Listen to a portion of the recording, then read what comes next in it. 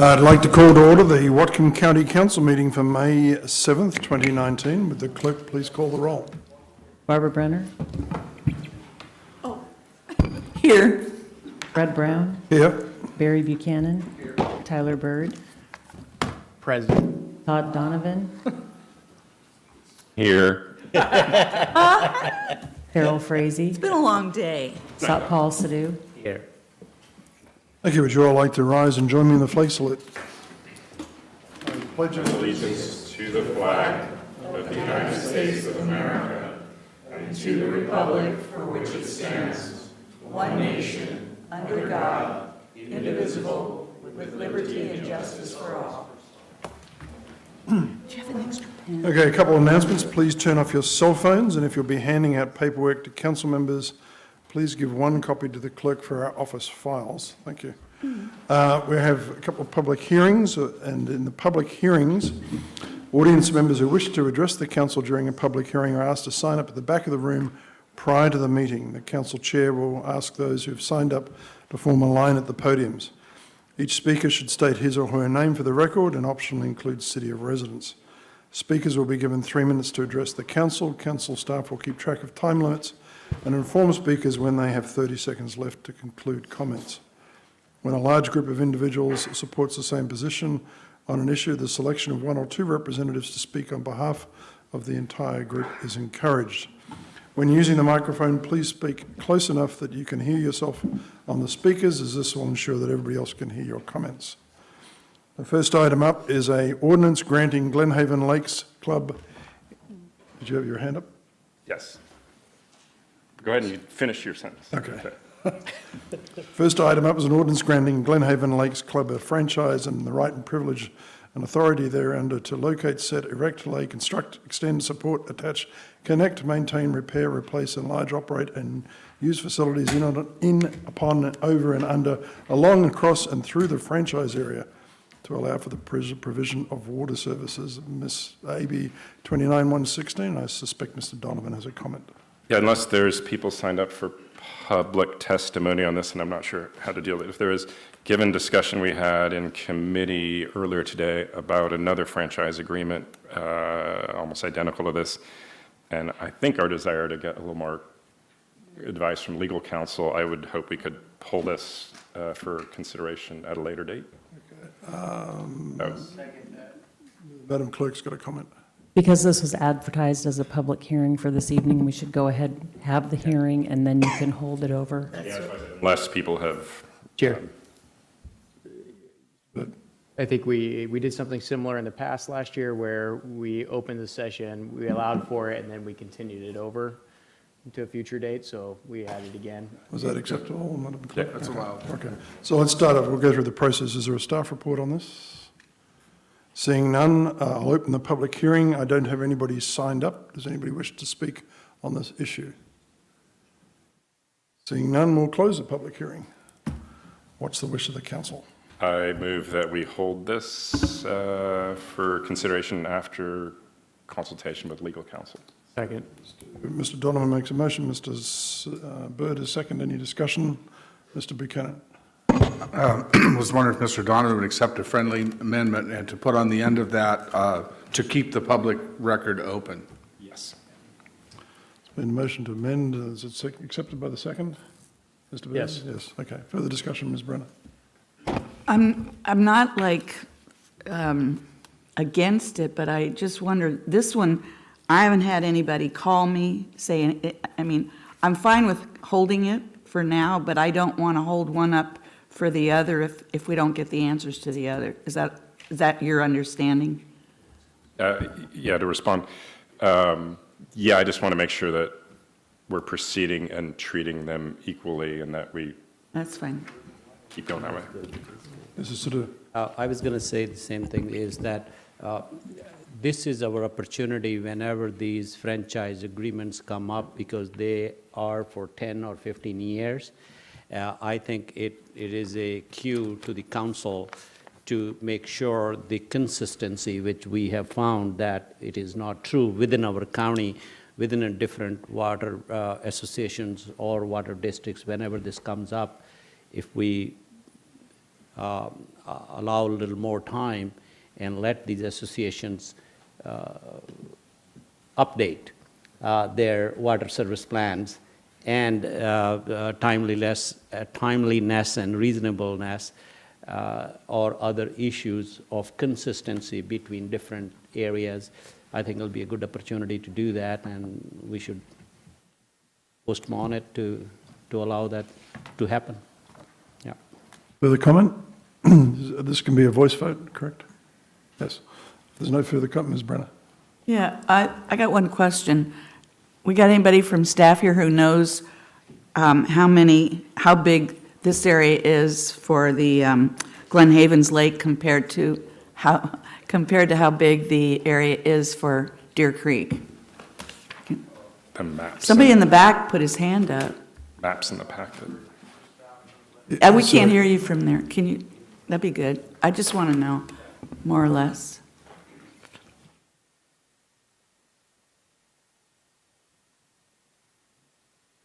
State your name for the record, please. My name is Dar Surratt. I'm the water manager for Glen Haven Lakes Club, Okay. Water District. Oh, it's a water district? Well, yeah, we're a homeowners association with a private water system, so we're basically Right. a water district. So, but there's a difference between a water district and a water associate. Yeah, Are you association or district? Correct, You're association, okay. Yeah. So, So we have 909 services, available service connections, and we have in the mid-700s residences there, like and, active service. well, like how big an area? We're about 2 square miles-ish. 2 square miles? Yeah. Perfect, that's what I So, need to know. okay. Okay, Thank thanks. Mr. Dillon. And I just want to assure the folks from Glen Haven or any other water associations, this is not about that franchise. We're going to get these No. approved. It's connected to some other issue, so. Further discussion? Seeing none, all in favour say aye. Aye. Opposed? That passes 7-0. Next item up is a public hearing, AB 2019-223, Whatcom County Comprehensive Plan Amendments concerning the Lummi Island Ferry. The proposal would modify a policy related to ferry level of service and delete a policy related to ferry feasibility study. The recommended motion would be forwarded for concurrent review. This ordinance cannot be adopted this evening. The council must consider initiated comprehensive plan amendments concurrently so that the cumulative effect of the various proposals can be evaluated.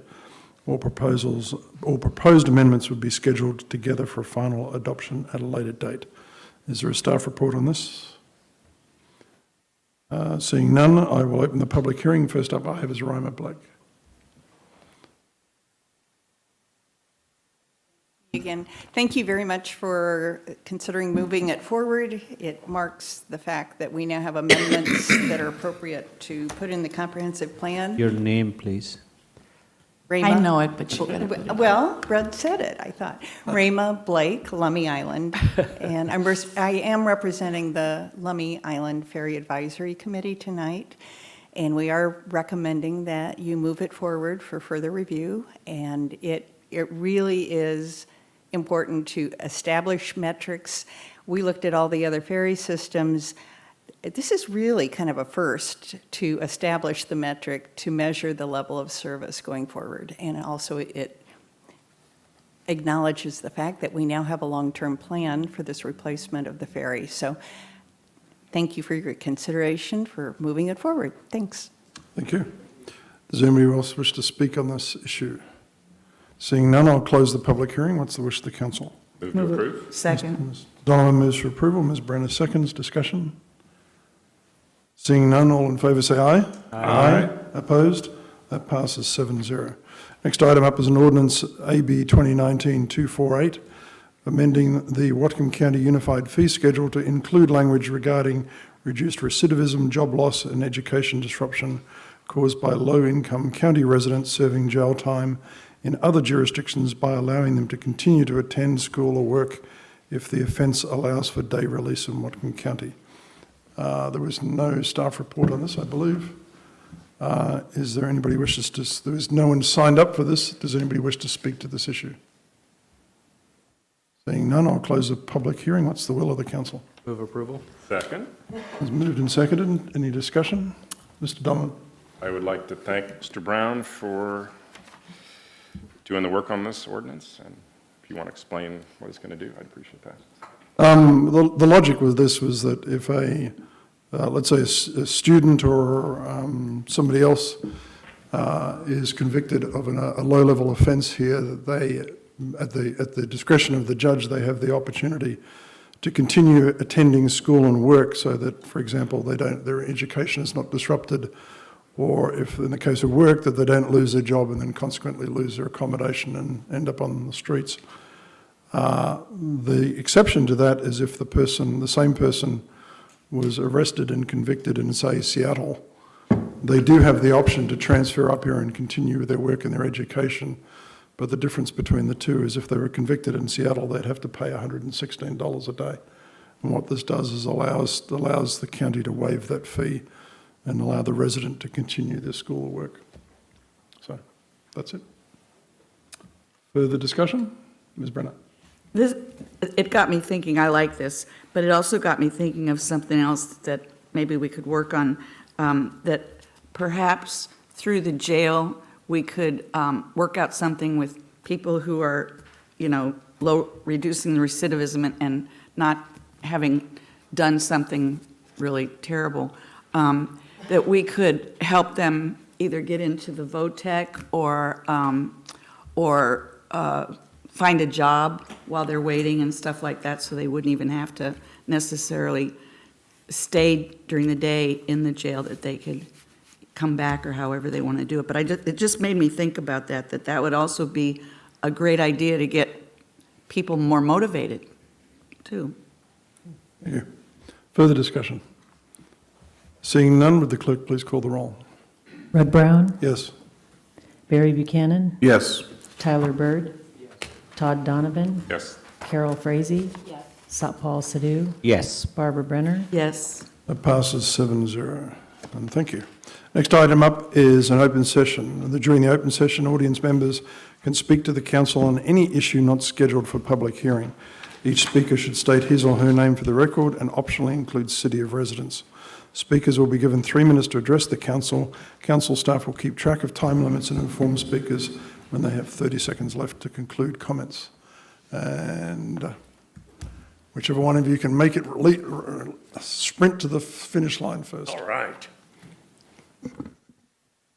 Bob Burr from Bellingham with my biweekly plea to declare a climate emergency.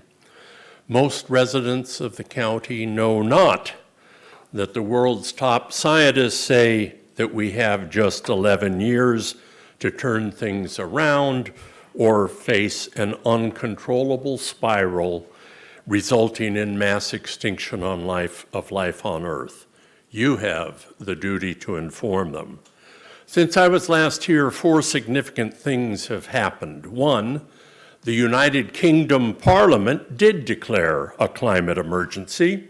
Finally, a country has joined the forward-looking local governments that have done so.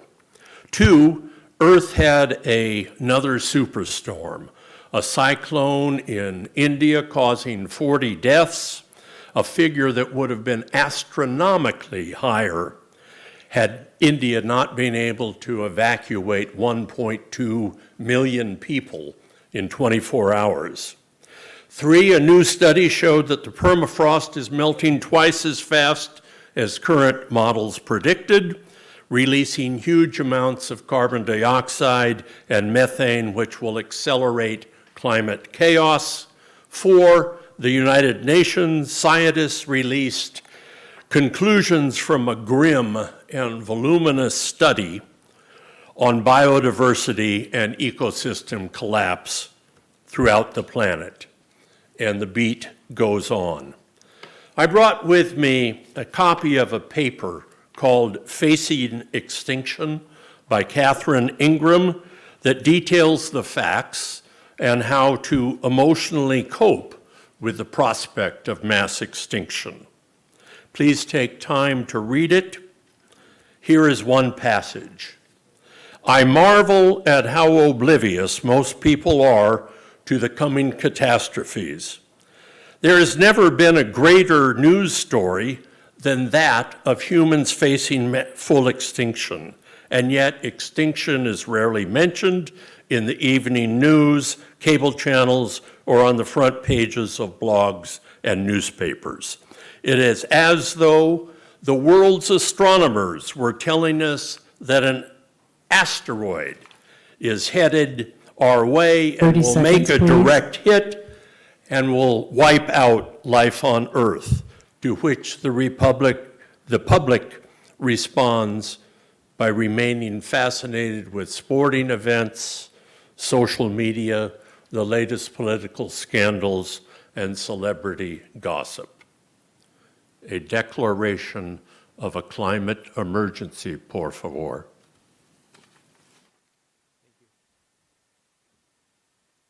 Good evening, Council. Another lovely day of weather, and we're hoping that it's going to stay that way for the foreseeable future. One block from here, next to the post office parking lot, is one of many entryways to the Wacom Creek Trail. And if you go down that stairwell and hang a left to the retaining wall, which is right on the north side of the post office, you will see an industrial arts display that's based upon a class project that was done by a fourth grade class at Columbia Elementary School last year, where they sat down and they talked about nature and the environment and what they would like the adults to do to protect their futures. One of the things that these children did was had a laundry list of things that they would like the adults to do, and included in that was environmental protection. And they had their parents sign a pledge that the parents would not vote for anybody for elected office unless they were willing to put environmental protection and the other things on the list at the top of the priority list. My generation, unfortunately, and those that are directly behind me have essentially failed all these younger adults that are sitting in this room right now. Bob just outlined a number of things that have come out in the last couple of weeks about what's going on with the climate catastrophe that's occurring right now. These young people back behind us are facing a future that's going to be a lot bleaker than what we would have liked to have left them. Recent carbon dioxide measurements at Mauna Loa in Hawaii 4 days ago were 415 parts per million. Let me repeat that again, 415 parts per million. When I was born, this planet was at 280. That is the highest recorded carbon dioxide measurement in the history of humanity, over 11,000 years. Since we're not going to get the same kind of support out of our national level government like they've just done in the United Kingdom, it is incumbent upon all levels of government in this country, including you, to declare a climate emergency. And then once we declare that emergency, then we take whatever steps are necessary to do what we can at the local level 30 seconds, please. to mitigate what is going on, which may include, and I've said it before and I'll say it again, closing down the oil refineries in this county and anything associated with fossil fuels. We have to do it, people. We're killing ourselves and we're killing the planet. So right now, I'm asking, and other people have asked you, please declare a climate emergency. Thank you. Just a reminder, Mr. Briggs, just a reminder to everybody, please state your name on the record. Dana Briggs. Thank you. Good evening. My name is Bob Gay from out Deming Way. I'm business representative for International Brotherhood of Electrical Workers, Local 191, and I'm here tonight to talk and address your vote on the Planning Commission's public participation plan, as it relates to the repeal of the Cherry Point Ferndale sub-area plan. I'm told in committee when I got here that it sounds like there was discussion of moving that from level 1 to level 3, and for that I would certainly encourage that. That was the intent of my talk. Yeah, I've been following this along since last summer. I testified at the Planning Commission about the repeal, and they had tabled their vote, based on the concern that I and others had with some of the language and stuff that's absent in the current comp plan changes, that are covered in that sub-area plan. I'm concerned about the loss of jobs at Cherry Point. I mean, we got people that are certainly concerned about the fossil fuel issue, but as you move to deindustrialize Whatcom County, this repeal of the Ferndale sub-area plan, it goes to the heart of this issue. I don't know, the Cherry Point amendments, they're currently going to go to level 3 possibly, and I just want to encourage that. The sub-area plan's been around before the Growth Management Act and the County Comprehensive Plan, and there's favorable language that's not included in that comp plan, and it still plays an important part in our zoning policies. And I'm concerned that repealing it will negatively, impact jobs in the Cherry Point heavy impact industrial areas. So it's a complex issue, and I hope give it your due consideration, and that's all I'm here for. Thank you. My name's Rod Roth, R-O-T-H. I'm a field rep for Laborers Local 292. On the agenda tonight is a vote on approval of the Planning Commission Public Participation Plan for Comp Plan and Development Regulations. We notice that the Cherry Point amendments are at level 3 public participation. This is the highest level of public participation and allows for maximum transparency and public input. We support and appreciate this because, as you well know, we care deeply about our plans to re-regulate Cherry Point. I am, however, concerned that the repeal of the Cherry Point Ferndale area plan is not receiving the same level of public vetting. The sub-area plan is only at level 1 in the participation plan. It should be at level 3 as well. And I urge you to do that. I attended and testified in opposition to the repeal at the Planning Commission meeting last July. After my testimony and testimonies by others from labor, the issue was tabled. As you well know, the sub-area plan predates the Growth Management Act at the Wacom Comp Plan. There are elements and areas addressed in the sub-area plan not addressed in the comp plan that I am told Cherry Point companies still refer to. So I request that the repeal of the Cherry Point Ferndale area plan receive level 3 public participation as well. And thank you all for your time. Rob? Just FYI, we voted in committee to make that amendment today. So as it stands tonight, it is set at level 3 as well. Oh, well, I greatly thank you for that. Thank you. My name is Miguel Edmondson, Miguel M-I-G-U-E-L, Edmondson, E-D-M-O-N-D-S-O-N. I am an apprentice with Laborers International Union of North America. I am a resident of Linden, 98264, and I am a voter and a taxpayer as well. And I really want you guys to think about using apprenticeship utilization and implementing that for the county work. I think right now the last discussed was anything over $1 million. I think it's very important to our county, and I know some of you guys might be a little worried about telling private businesses how to run their business, but at the end of the day, I want you guys to really understand that we will be those businesses' customers. We can ask for them, as our wishes, just like how we would ask for them to use a certain kind of concrete or a certain kind of brick. We can ask them to use a certain kind of manpower and make sure that they are training tomorrow's construction workers to make sure we have well-educated, well-safety trained, skilled workers in these specific trades. Not all of us can go to college, but we could do apprenticeships. We can learn with our hands, and we can learn to do this work. And I just really ask you guys to continue to consider it and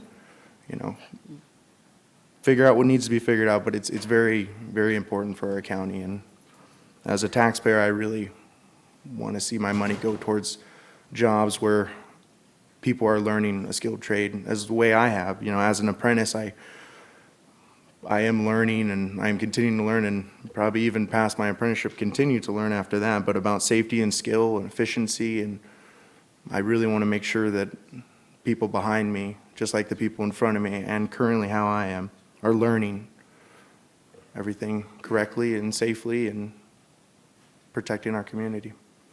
Thank you guys so much. Thank you. Hello, my name is Luis Aragon. I'm a member of Laborers Local 292, and I have been a member of the 3 different locals for the last 20 years. I am here to speak on apprenticeship utilization.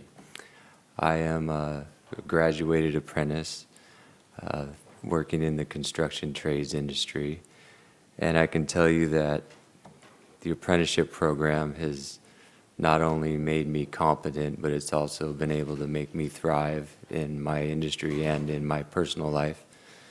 Through the training program I received, I have been trained and certified in several different disciplines of the industry, from concrete work to demo work to scaffolding to underground utilities, just to name a few things. My experience that I've been able to step onto these jobs, the training that I received has given me experience to step onto many different types of jobs, from jobs such as heavy industry like Cherry Point, refinery work, been on railroad jobs, worked at Boeing, helped build airports, high-rise buildings, casinos, you name it, and I've gained the know-how and the confidence to be able to step onto pretty much any of those jobs and know my work through my training program as an apprentice.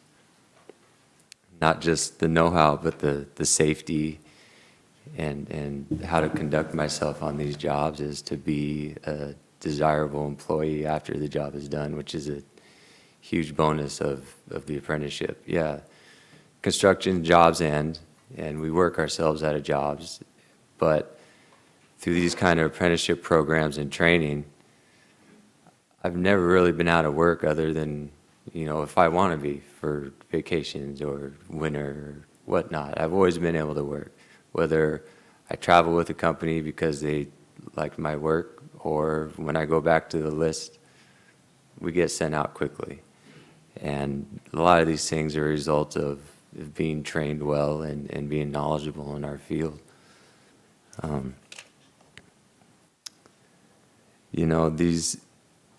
These apprenticeship programs, when I joined, it was it was a way to get experience, a way to get my foot in the door. 30 seconds, please. But it was also a way for me to build a future in this industry, and I'd like to see that future in this industry continue. And through apprenticeship utilization, we will be ensuring that the next generation of trade workers will be competent, safe, and good hands to have on the job. So I really encourage it, and I would also like to thank you for the level 3 for the public discussion on these issues concerning Cherry Point as well. Thank you. And if there's anybody else who wants to line up for the public hearing, please step forward. So, my name is James Damaris. I was here 2 weeks ago to speak on the issue of apprenticeship facilitation, and I presented my story of how I was able to get into a high job without any experience, and I think that is the most important thing when considering this apprenticeship program. Being out there in the field now, in 3 years, the other thing that's going on right now is a depleted workforce. We have baby boomers that have been commanding these jobs for so long that there hasn't been these opportunities for people, right? Hasn't been an option for the younger generations to go into these trades. College has been the new norm, right? I think everybody can agree that that's not always, pretty seldomly ever, a guaranteed payoff, right? Not only does it cost astronomical amounts of money, but there's no guarantee at the end of the day, and you have to essentially go straight into it from high school when you have no idea what you want to do. So I'd say that being the case, most kids these days aren't mechanically inclined as they used to be. And I think it's important to stimulate the economy and growth by keeping our infrastructure companies strong and being able to carry out these jobs, because right now every company out there is shorthanded because there's not the people to hire. People just are not applying for the jobs, you know? So the apprenticeship program gives people another option besides college to get into a high-paying career to be able to raise a family and provide a living and build everything around us, you know? And I don't think that's possible without the apprenticeship program. I don't think, you know, I grew up without a father. I didn't learn what a crescent wrench was till I was mid-20s. How am I ever going to get one of these high-paying jobs without this foot-in-the-door program to teach me those ways? Now, what's great about the apprenticeship program as well is it's not just, so there's vocational schools, right? Bellingham Tech. I 30 went there. seconds, please. I still couldn't get into the program because it's just college. It's not real-world experience. The apprenticeship program not only gives you 10,000 hours, in my case, in the pipe fitting trade, of classroom training, but you're paired up with journeymen out in the field to pass that knowledge down in the real world, right?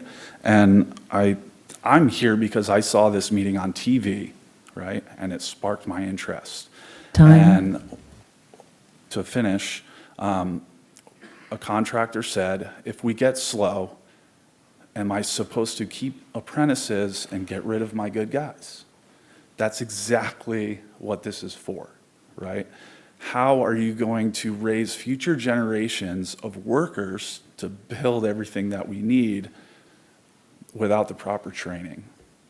You need to have an apprentice there with a 50, 60, 70-year-old guy to teach them all the tricks of the trade along the way. If you wait till they're all gone, which they're about to be, we're going to be high and dry. Thank you. My name is Ken Domrod. I'm from District 2. I'm a taxpayer and a voter. I was at the City Council meeting last night, and I took a moment to speak about the proposed annexation of the Alderwood community and surrounding areas.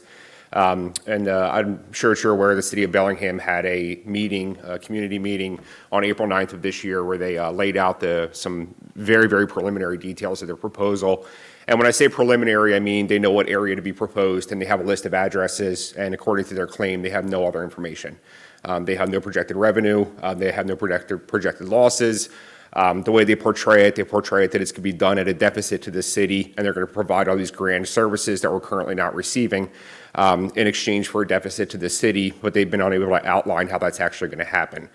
In doing a little bit more research, it seems like a lot of the motivation behind this annexation is being pushed by the administrative agreement they have with the fire service that was established in 2013 and extended in 2016 and is set to expire December 31st of 2020.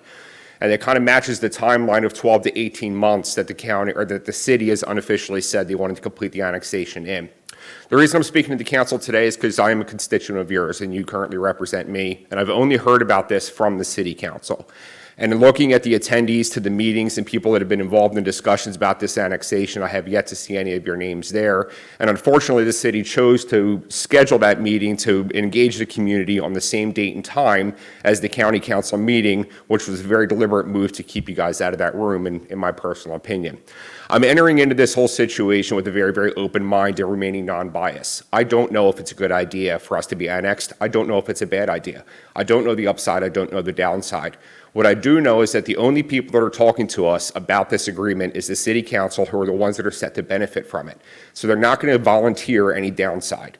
So I'm asking the city council to please get your heads together, form a commission, form some sort of committee, open some sort of forum, find a way to get good, complete, non-biased information, begin engaging the community of Alderwood, start sharing information and start hearing from the people there, and start getting involved in this decision.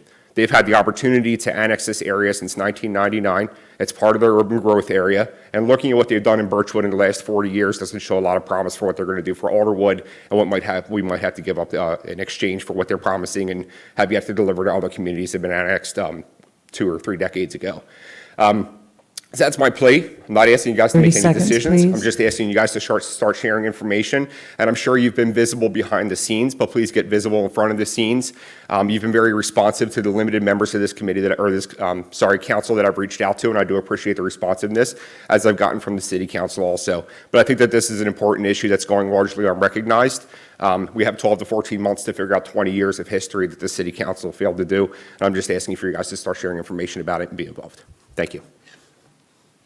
Could you leave your name and phone number with the clerk? Yes, ma'am. Good evening, council members.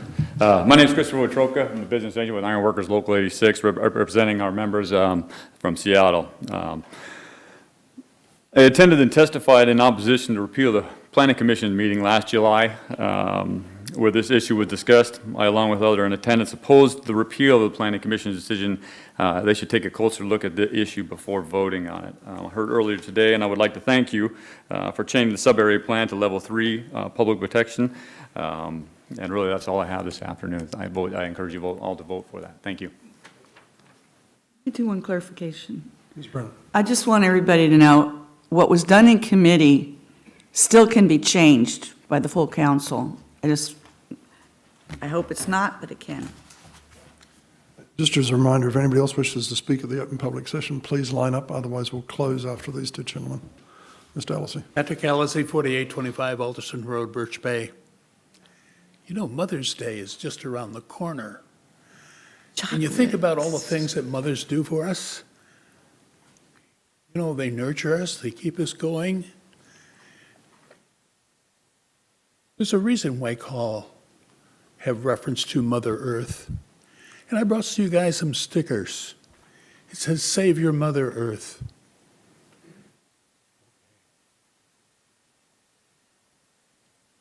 Thank you, Pat.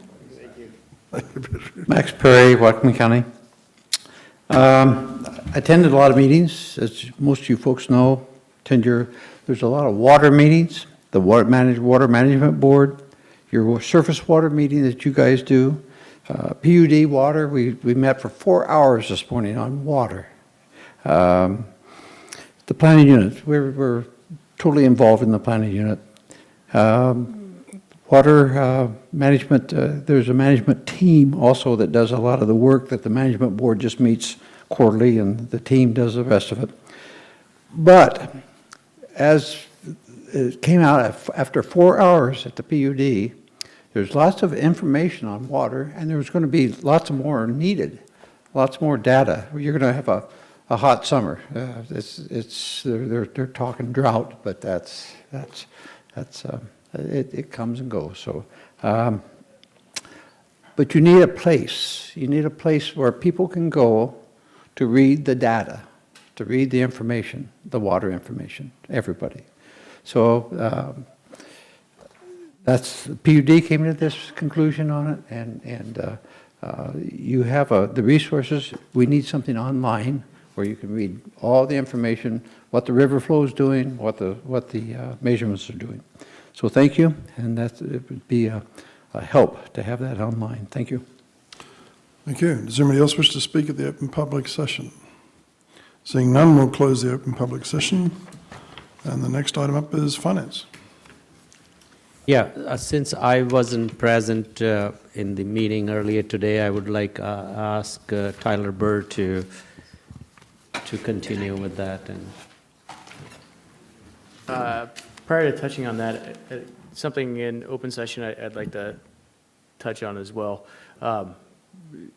For clarity, our meetings are set pretty far in advance. I mean, I think we set them last year or early first, maybe January of this year. I believe the city council sets theirs fairly far in advance as well. So the conflicts in the meetings isn't due to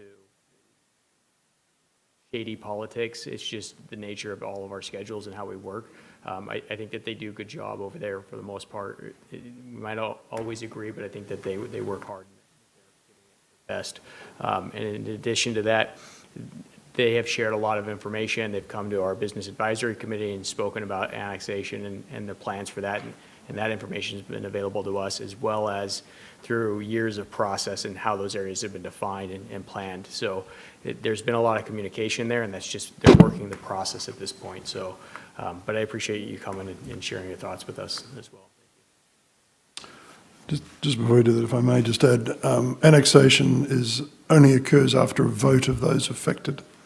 So it would come up for a public hearing and a public vote by those within the area that would be annexed. Mr. Bird.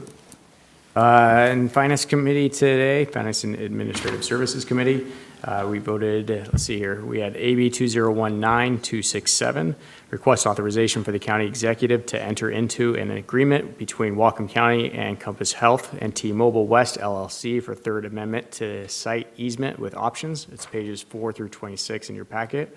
That passed in Committee 201 with Council Members Byrd and Frazee in favor, and Councilmember Sadoo absent. So moved. Been moved for approval. Any discussion? Seeing none, all in favour say aye. Aye. Opposed? That passes 6-0 with Mr. Donovan absent. Oh, do you wish to be on the record for that vote? Yeah, I'm in favor. That passes 7-0 with Mr. Donovan present. Next item. 2019-250, request authorization for the county executive to enter into a cooperative agreement with the U.S. Army Corps of Engineers for repairs to the Twin View Levee along the left bank of the Nooksack River near the town of Everson in the amount of $357,500. Council acting as the Wacom County Flood Control Zone District Board of Supervisors, pages 27 through 41 in your packet. That passed in Committee 201. Council members Byrd and Frazee in favor, Councilmember Sadoo absent, and I so move. It's been moved for approval. Any discussion? Seeing none, all in favour say aye. Aye. Opposed? That passes 7-0.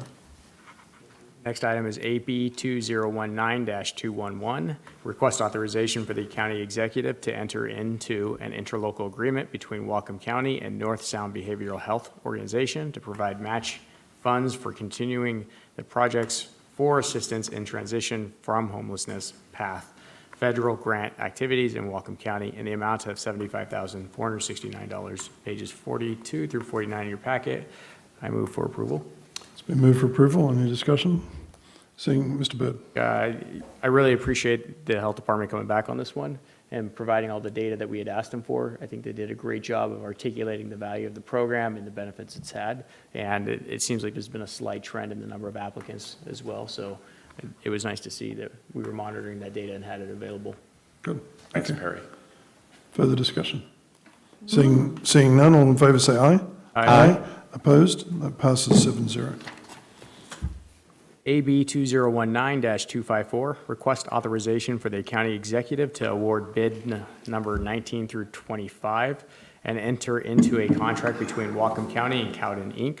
for the supply of crushed aggregate to be stockpiled at various Wacom County pit sites, including Point Roberts, Lummi Island, and Wacom County's Able Pit, and used by the Public Works Maintenance and Operations Division for the annual chip sealing program. Additionally, work shall include hauling of ditching waste material from Point Roberts to Wacom County mainland in the amount of $843,248, pages 50 through 60 in your packet. I move for approval.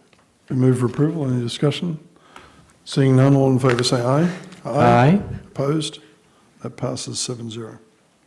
The AB 2019-273, request approval of the Economic Development Investment, EDI Board's recommendations for funding of the Port of Bellingham's request for a grant in the amount of $750,000 and the Wacom County Sheriff's request for a grant in the amount of $515,000, pages 61 through 102 in your packet. That failed in committee. One member, Councilmember Frazee in favor, Councilmember Byrd opposed, Councilmember Sadoo absent. Mr. Donovan. I move to, we had a robust and interesting discussion about that and the potential uses and appropriate uses of EDI money, but I move to have that as a question before the full council. Is that a motion? I move to approve it. Second. Approved. Mr. Buchanan seconds. discussion. I think Mr. Goldberg was going to be available for questions. If with the permission of the council, I'd like to bring him up.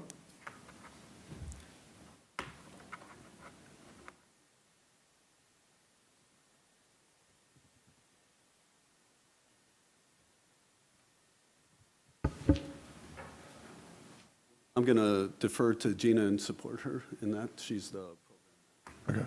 So were there I had questions, but I want to defer to anybody else who wants to speak first. I will just say that there was discussion in committee that people in the audience here haven't seen about. I don't necessarily think the merits of this program as much as what EDI money should or should be not used on.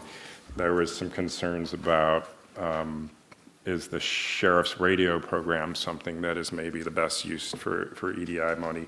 I had concerns just about the way we've been using the checklist, and again, this had nothing to do with your presentation or the programs.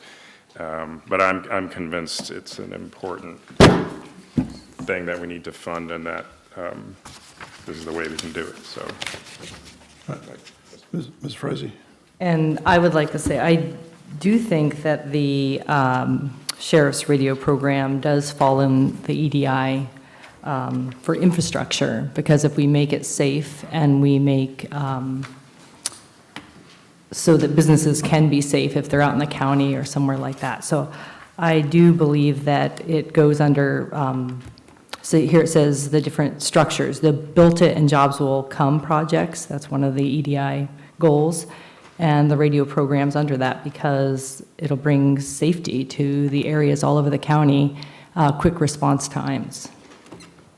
So Gina Stark, Porter Bellingham Economic Development Division. So I just want to be clear. I know that the Sheriff's Program and the Porter Bellingham's program have been put together on the agenda, but the Porter Bellingham's program is separate in the fact that the Porter Bellingham is building an infrastructure, so it's a dark fiber infrastructure out into the rural broadband, which will bring high-speed broadband to our rural communities for our businesses, our schools, and for public safety. But these are two separate projects.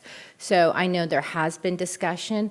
The rural broadband project will bring jobs to the rural communities. It will enable our businesses to grow and expand. It will also actually enable our local ISP providers to grow and expand.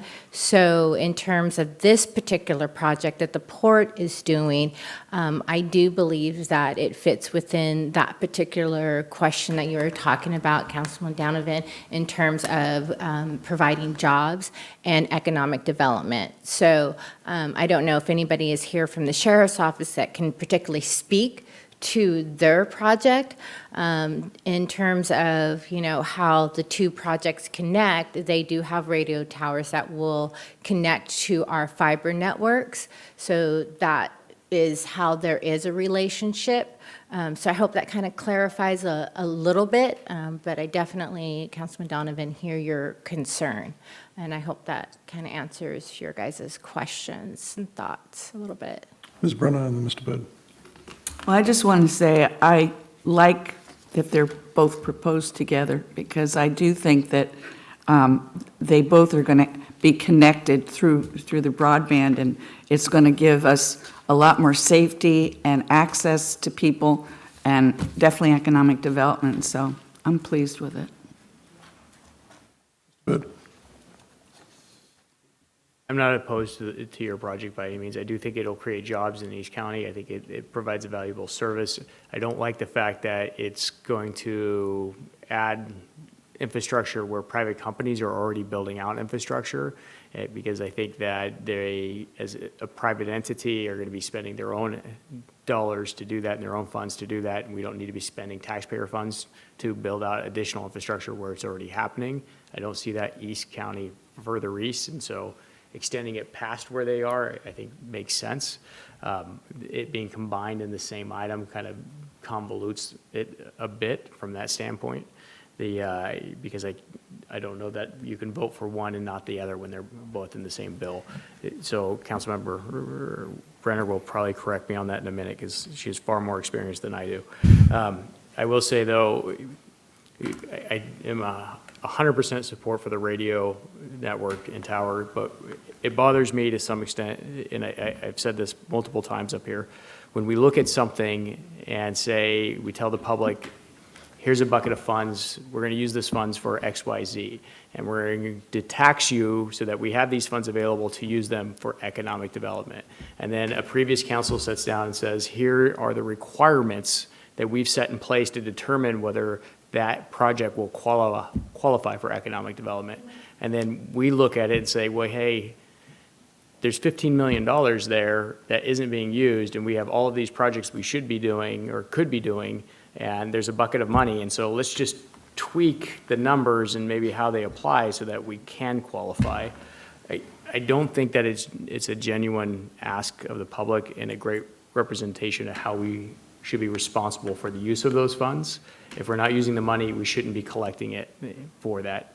If we need more money for another item like EMS, then it should be included in the EMS budget and that ask for that. But just because the money's there doesn't mean that we have to use it.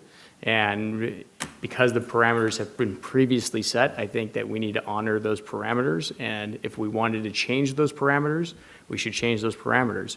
If you want additional tax revenue, then you should pass a new tax. But don't use a tax that people have agreed on for a different reason, for a different purpose, and fudge the data to make it work. So that's why I won't vote for it, because it doesn't mesh for me from that standpoint. Mrs. Sazum and then Ms. Britta. Yeah, I think that these should not be in the same ordinance. There's no relationship of one to the other. They just happen to be at the same time, but we should have had two separate things because the Sheriff's Department radio project has been going on, oh boy, for a long time. And there was a collaborative efforts with Skagit County and Island County that the radio tower on Mount Constitution was being used by all the counties together. And it needed improvements, and then Skagit has a different setup. They have 3 commissioners, and we have a separate setup. And we have different pot of money than they have different pot of money. But anyways, these are not related to each other. Whenever we seek, applications for EDI money, I think we should have each project as its own ordinance so that we can decide that whether we fund this or we don't fund this. Just from that reason, we cannot tie the two. The part on the infrastructure project on the broadband, I think this has been, internet is a new phenomenon, and it has been developing for just last 20 years. You know, like how different life is. This smartphone is less than 10 years old, and it has so we cannot do anything without this. What I mean is internet is part of, like, we have i5s built in 50s, and we have other communication means built, and internet is become even more important because you don't have to get in your car to go do your business, commerce, relate to the rest of the world by traveling somewhere. You can do it from home. It has created the situation of haves and have-nots, that people in cities, larger cluster of population, that's where the private companies go. Private companies have one goal and only one goal: how they can maximize the return to their shareholders. If it doesn't pencil out, they don't want to spend the money. They have no obligation to people where it's not profitable to go and do some service for the people. And I think that's where the government has to step in and provide some incentive, something. I don't think we have seen any proposal from any private company coming to county council or city council say, we will extend this service 2 people in Kendall, 2 people in Concrete, 2 people in other places, but we would like a private-public partnership. Would you chip in 10%, 20% of your money? Then I can see, okay, we shouldn't spend all the money and let's work with them. I don't think we have ever seen from private enterprise where they will come and do public service. First, they have to look at, can they maximize the return on their money? Then they come. They will come to bring broadband in Bellingham or in a larger city and still ask for subsidy. So I think that we should look at it. It's not that we are, as a county or the government, trying to compete with private business. There is, private business has a different motive, and I think we as a government, those taxpayers who are in Kendall, who are in New Halem or other places, they pay the same taxes. They deserve some services from their government. And I think that this is not a huge thing. And there are state, why would state put in $1.3 million?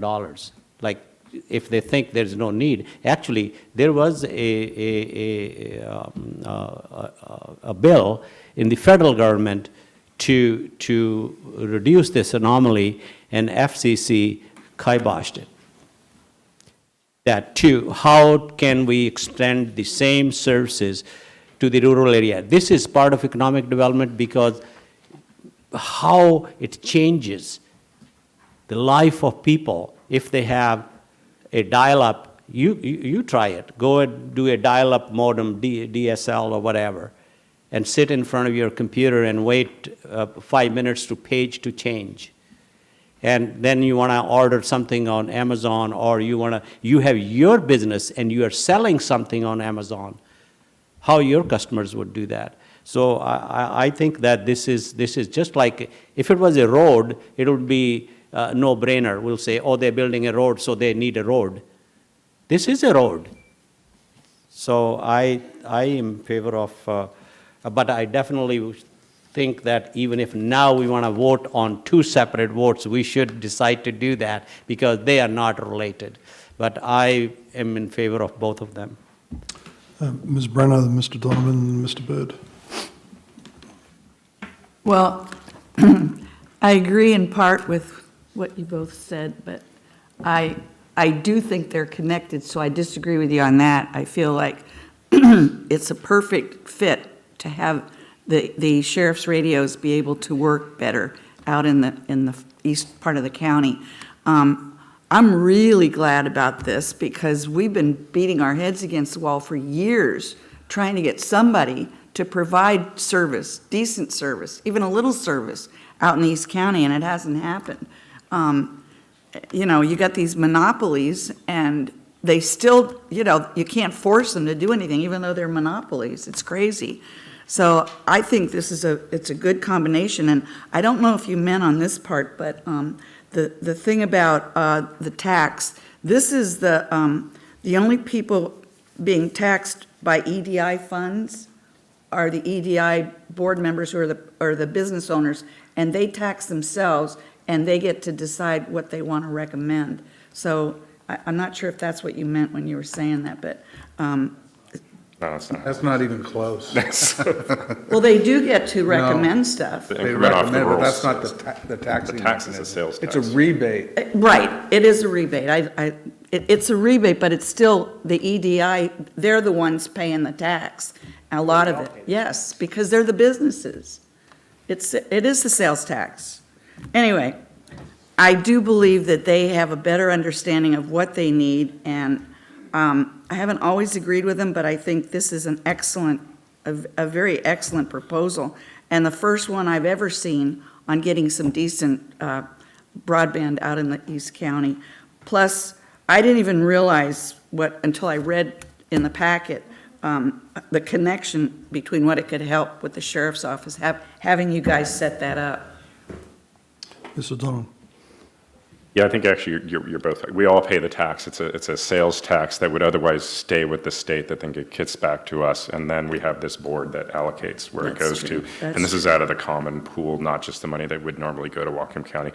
But I wanted to clarify that I really appreciated your presentation this morning, which made me understand even the ominous name dark fiber, whatever it is.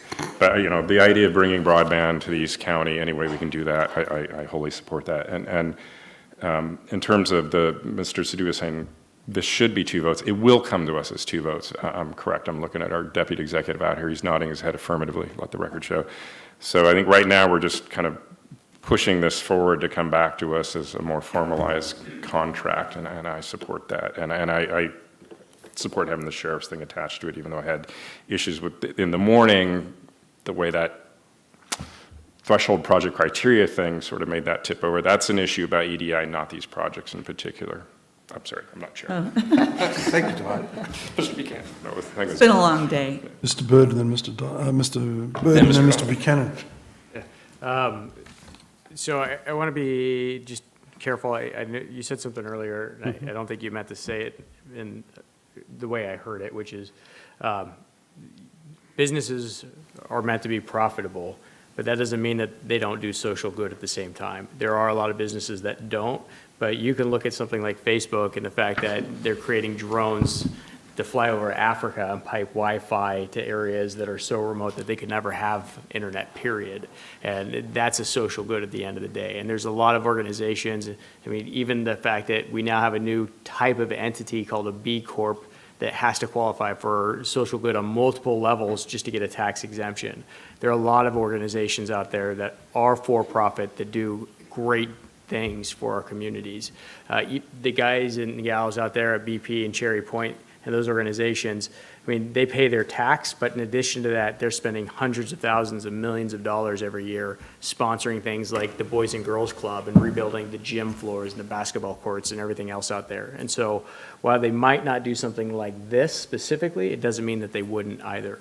But you gave us 2 maps, and I had No, they're mine. So I'll bring that up in a minute. Okay. Yep. So I had some questions about that. So I think then what I would like to clarity on is something you said earlier.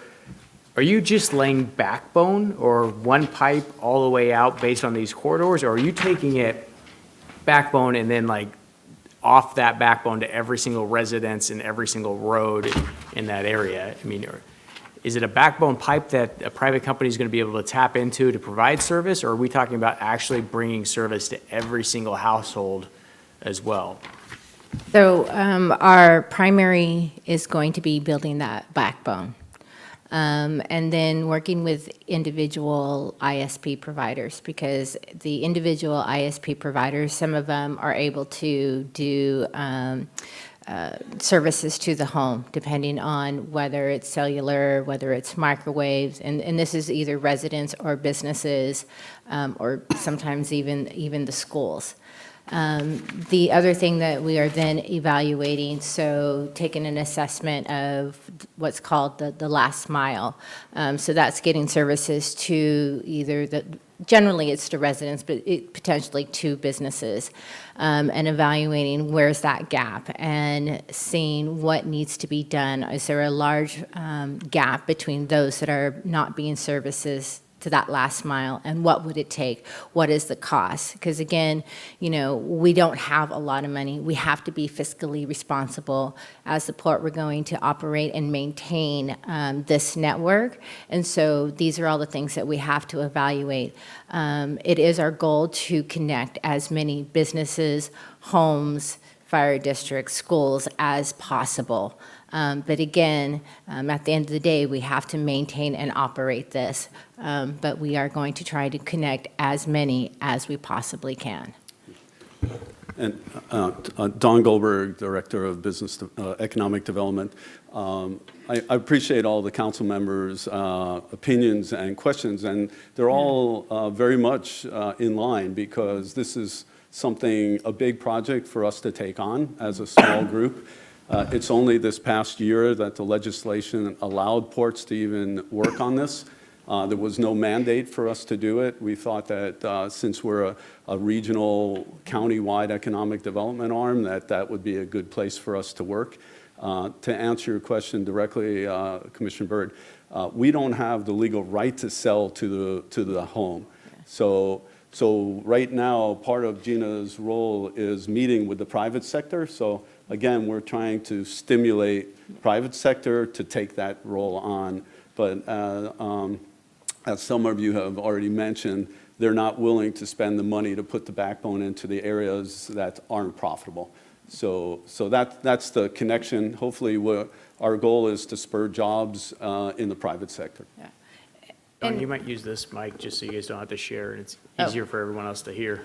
And when I say connect to the home, again, let me clarify, that doesn't mean us providing retail services. That is not the job of the port. That's the job of the ISP providers.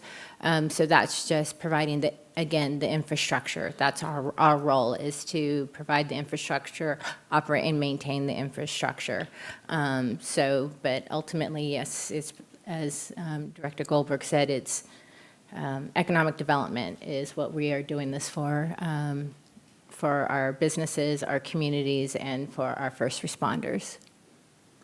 And one last item is the port itself is going to be taking on quite a bit of debt to bring this project forward. So in the CURB grant, at least 50% of that will be a loan that the port is responsible for.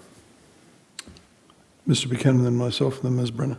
So if council members are more comfortable bifurcating this, we can certainly do that. We were told we could do that. If I see enough heads nod, I will make an amendment to the motion.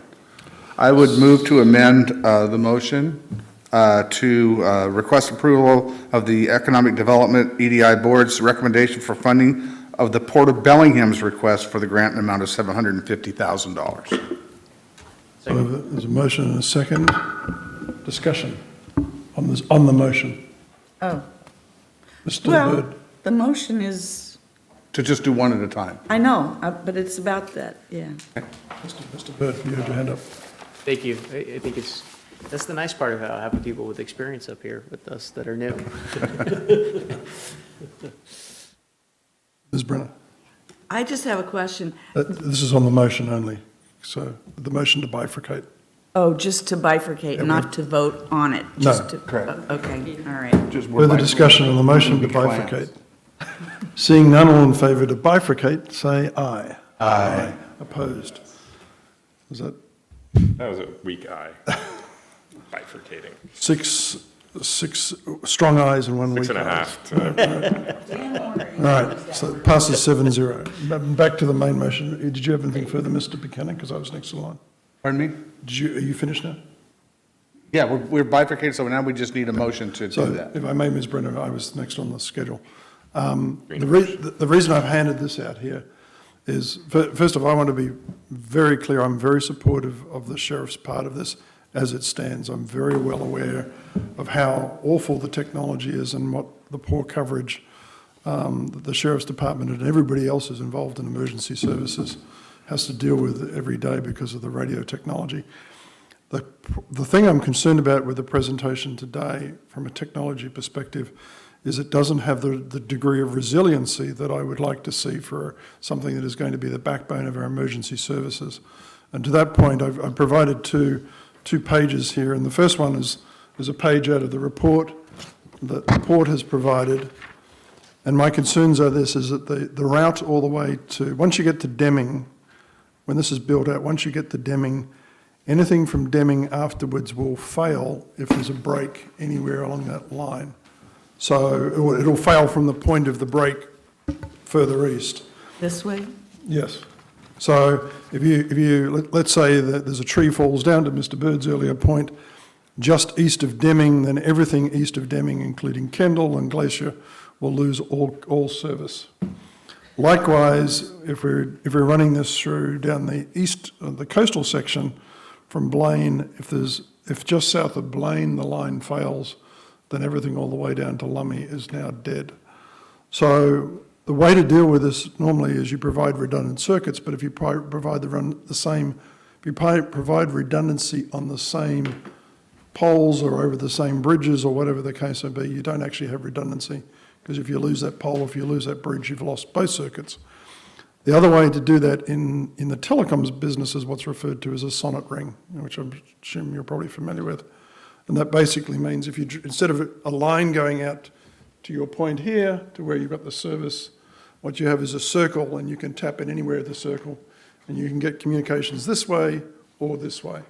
And so with that point, I would like to propose for consideration, not by the council, but for the port to come back, two additional legs to this. The first one would be from Kendall through Sumas to Nooksack, which, based on the numbers you've given us already, given it's 18 miles, would cost another $1 million. I'd like to propose that as consideration for leg 4. And then leg 5 is from Bellingham up through Ferndale and then back down to Lummi. And that would provide us effectively 2 sonnet rings, 2 or 3 actually, which would provide a really significant amount of redundancy, which would leave the only area of exposure that I can see is anything east of Kendall, because unless we run a microwave link bank. Is this theirs and this is yours? The map is theirs, the Google Earth photo is mine. Okay. Yeah. So I'm not asking for a vote on it, but Yes. I'll So just a quick comment. Appreciate that. We'll definitely look into it. As Gina had mentioned earlier, one of the biggest issues is how much money do we raise to do this. So I think we'd like to have a lot of redundancy. We'd like to cover the entire county. It's just a matter of which goes first, how much money we can raise to carry out getting broadband out to everywhere. It could easily be a $10 million process to run just the backbone. So as we're able to raise more funding, we'll prioritize, first getting the runs to the places that don't have service. Mm-hmm. And then, of course, redundancy is really important. And that goes back to my last time I was in front of you as to we're beginning to look at a disaster plan for the region on economic development, and that would tie right into what you're talking about, Councilman Brown. Yeah, because that's, again, I fully support it. I don't think it meets our emergency preparedness standards, particularly as we've got a lot of stuff crossing bridges and the item that you had just voted on, I do want to make sure, we were not even aware that item was going to EDI board until it was proposed. So they were not linked at all until the applications were put in. So they were entirely separate. So I'm going to yield, but just before I do it, Under Sheriff Parks, in a couple of minutes, I'd just like to get you to give you an opportunity to speak about the timing of the grant funding, because I think that's an issue too. Let's finish up on this first. Let's do the port first. Yeah, okay. Let's do that. So who is next? I'm next. Ms. Brenner. I just have one question. It's been out there, because we got our packets a week ago. Have you gotten any pushback from any of the broadband companies or first of all, it doesn't seem like they really care. No offense to them, but they don't. But I've actually spoken to a lot of them. I've spoken to Frontier, Wave, Pogo Zone, Null Communications, and we'll continue to speak to more of, actually, I've spoken also to a local CSS, and they are actually very welcoming and have been very supportive of this because, well, I'm glad you're doing it. Because it's a partnership, right? I mean, what is the one reason why they have not done it? It's because it doesn't pencil out for them, because they are a business, right? And it has to work for them, so the overhead costs, how much it takes, it's expensive, right? And so if it's not profitable for them, it doesn't make sense for them to do this. But if we do this in partnership, then it works out for both. And so it has been a positive experience. We are talking. We don't all have it figured out exactly how it's going to work. Part of that redundancy that we have been talking about, I've been having also in conversations with Null Communications about what that could potentially look like. I've been really very pleased with the conversations that I have had with our ISP, because they also understand that it does grow their businesses. This is an opportunity for them to get more customers. So it is a win-win for both of us. And we are leveraging this money. Gina will be in next week in front of the CURB board for a loan and a grant that will be exceeding the EDI funds. So that's where the total package comes from. Mr. Donovan. I move to approve the Port of Bellingham proposal to bring rural broadband construction to rural Wacom County. Been a motion and a second. Discussion on this motion. Mr. Sadhu. Yeah, I just wanted to say that you did mention, I didn't attend the morning meeting, that how you are working with PUD1. So PUD is a wonderful partner with us. Steve Jilk has been a wonderful partner. The PUD commissioners have been very supportive and a wonderful partner. And as we continue in this construction, and even as we move into the operation and maintenance of this network, we are continuing to do discussions of exactly how does that work out, who plays what roles.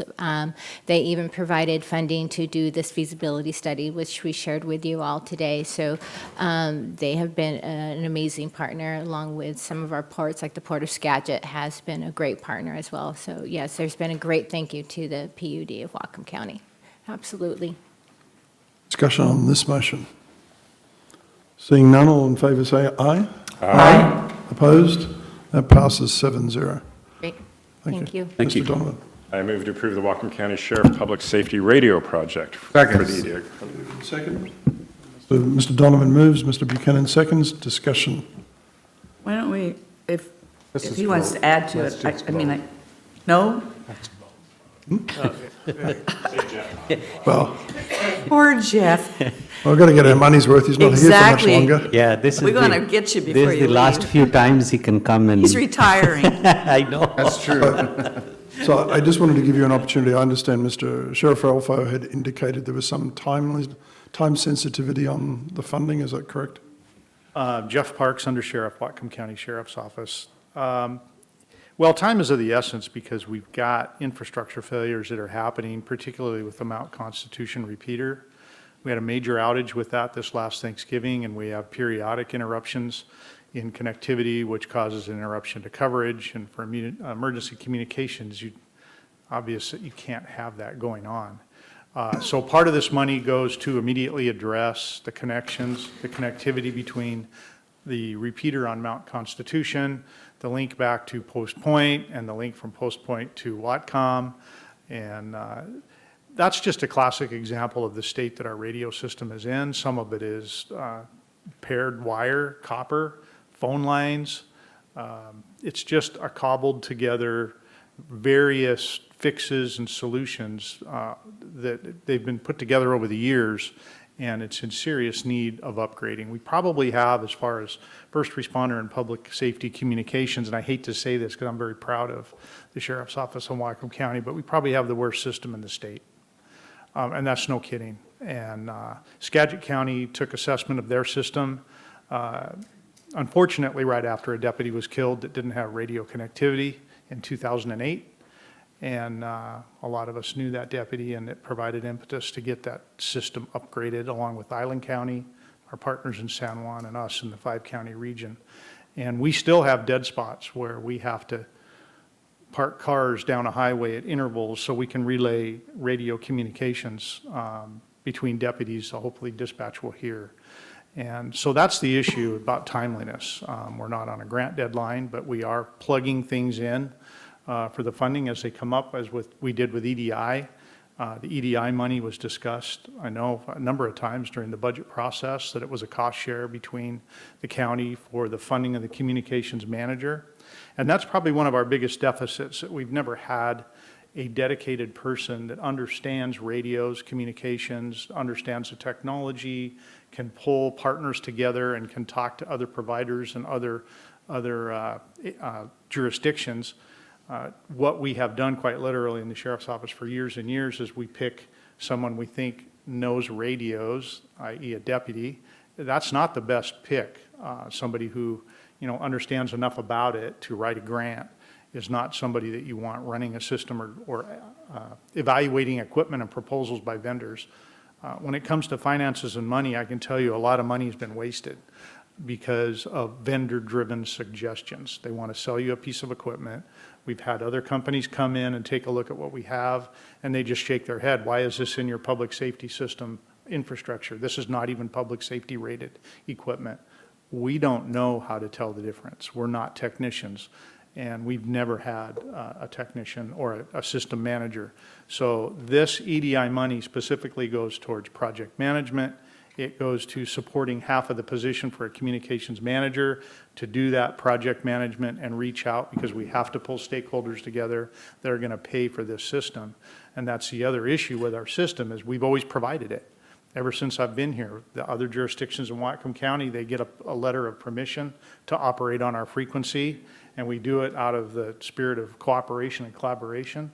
And they come on our frequency and they use it, but nobody pays. And, we could do that for so many years, but we can't do it. We can't do it anymore. So this is basically seed money to get this project a shot in the arm, because it does need to move forward, because critical parts of our system are broken. And, we're going to move forward with developing that funding stream, developing the partnerships. And quite honestly, like Gina said, we weren't really focused on what the Port of Bellingham was doing when we researched our program and put this proposal together. And then when we started looking at it more and we were at the presentation, I was actually encouraged and excited, because we leverage partnerships all the time with other jurisdictions, with the private sector, with the state.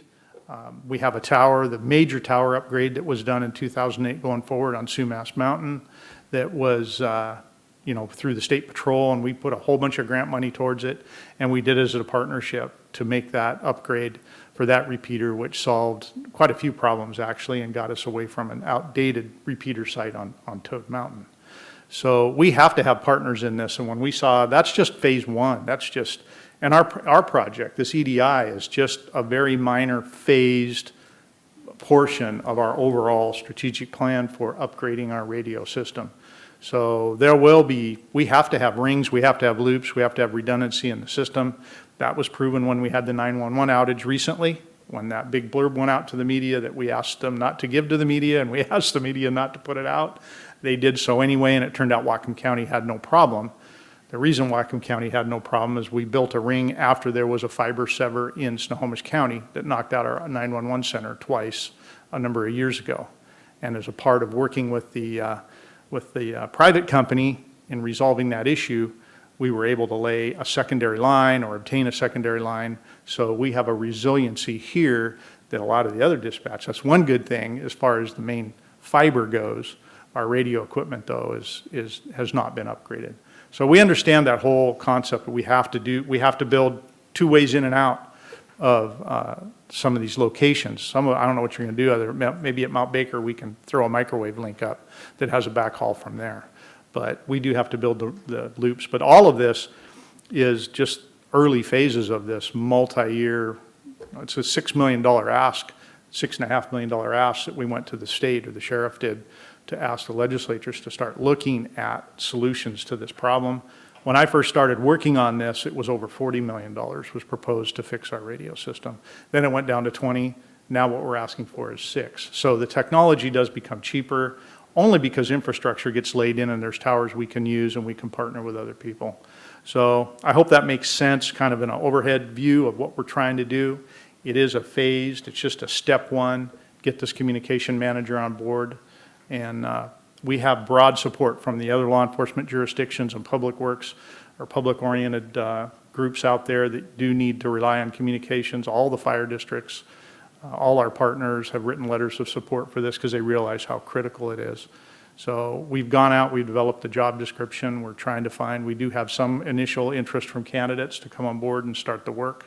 So we're laying the groundwork for that person to come in, go to work, and actually work on some of those questions that you've even posed here on what should the system look like. We've updated the Hatfield-Dawson study that was done, so there's a refreshed technical analysis and study that's ready to go for that person.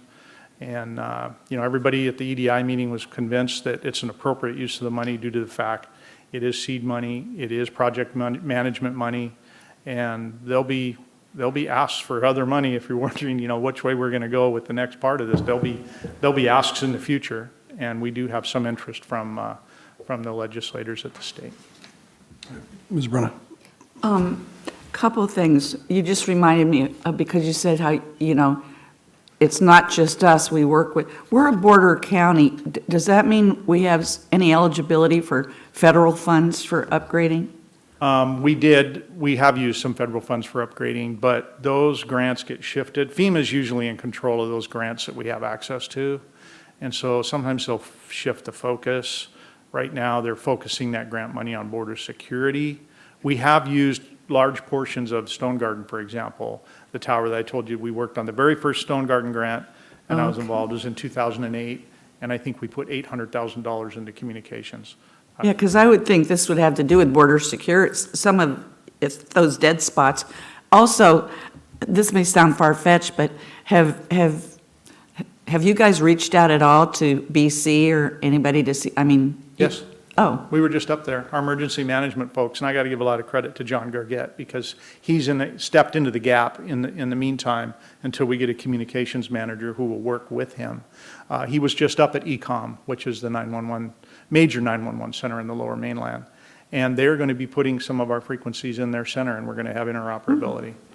So it's hard to believe that we haven't had direct interoperability for a few years, quite a while actually. I had a Delta PD radio frequency in my patrol car when I was at Point Roberts in 1986, and I could talk directly to the constables right out of my car, and we can't do that now. So, it's strange how these things go, in cycles, but this is just the start of a very large project, and we support and we're excited about what the port is doing because we think in the long run that is definitely going to help us as well. We couldn't use the fire hall out there, the new one. We could use it physically, but we wanted to set up, many of the fire halls, give us space so we can have somewhat of a satellite location for the deputies to work out of. And if 911 goes down, we do send deputies and fire personnel to each one of the fire halls around the county so people can at least go and get a hold of somebody if the phone system goes down, for example. And there was a room in there we could use, but we didn't have fiber. We couldn't put our computers and connect to our stuff back here at the county in the mainframe and all that because there was no fiber out there at this brand new building just off them out by Maker Highway on Highway 9. So these kind of things really, if we see somebody's putting more infrastructure like that out there, we get excited about it. We want it done right too and we realize the vulnerabilities, but the fact that they're putting it out there is not a negative for us. Good. Jeff, thanks for sharing. I appreciate it. I'm very supportive of the project. I think it's incredibly valuable and it's obviously needed. Just for me, I can't do it with this fund bucket. I could go back to the general kind of budgeting process we went through and prioritize 100 things that we did, $100,000 for the Criminal Justice Committee for us to hold meetings at public centers that we already own, or the 150 for, another law firm for the Cherry Point things, or a dozen other things that I think this would have been a far better use of the general fund dollars for than those. But for me, I can't do it for this, but I do support the project and I won't argue against it any further. Welcome, and I understand. Yeah. Any further questions for Mr. Parks? Under Sheriff Parks? Thank you. Further discussion? The motion, just a reminder of the motion, would the clerk read back the motion, please? Approve the sheriff's EDI request. Okay, right, fine. For radio. Further discussion? Seeing none, all in favour say aye. Aye. Opposed? That passes 6-0 with Mr. Bird opposed. You're abstaining? No, but he's... Did you abstain or did you oppose? He voted, he's no. Yeah. All right. Public Works. Ms. Brenner. Public Works. What? Next item on the agenda. Public Works. Oh, the hard part. This road. I'm having too much fun. I don't know what to do. Okay. Oh, that was committee. So here we are. Public Works, we had a resolution in the matter of considering vacation of Safston Road. And it was a unanimous vote to move ahead with the engineer's study on this. And that's what we're recommending to the full council. That's been moved for approval. Any discussion? Seeing none, all in favour say aye. Aye. Opposed? That passes 7-0. And this next one, I was hoping the person would speak at open session. It's consideration of a citizen appeal of address change due to road naming requirement. Oh, you're here. Would you, because we were hoping we get to talk to you tonight. Somebody from Public Works said you'd be here. Very unfamiliar with the procedure, so I didn't know. Okay, your name first. My name is Frank S. Tapley. I live at 3566 Loomis Trail Road. Okay, we talked about this quite a bit, and I can understand concern about having your road name changed. How do you respond to what the emergency management people say? Because we have to worry about liability too. I understand, and I believe that, well, just what, 3-4 weeks ago, we had 2 fire engines down there, no problem. A couple years ago, there were some kids riding dirt bikes. The police came down there, no problem. 3 or 4 years before that, the police were down there for some other reason. I don't know what it was about, no problem.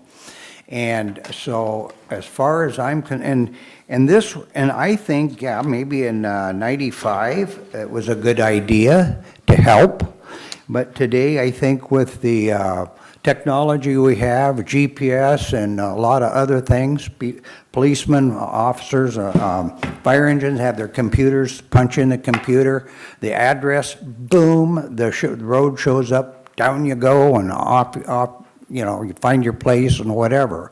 So I think that, personally, I think that this 1995 task force citizen that wrote up this county ordinance in 96049, I think it's a little obsolete for having to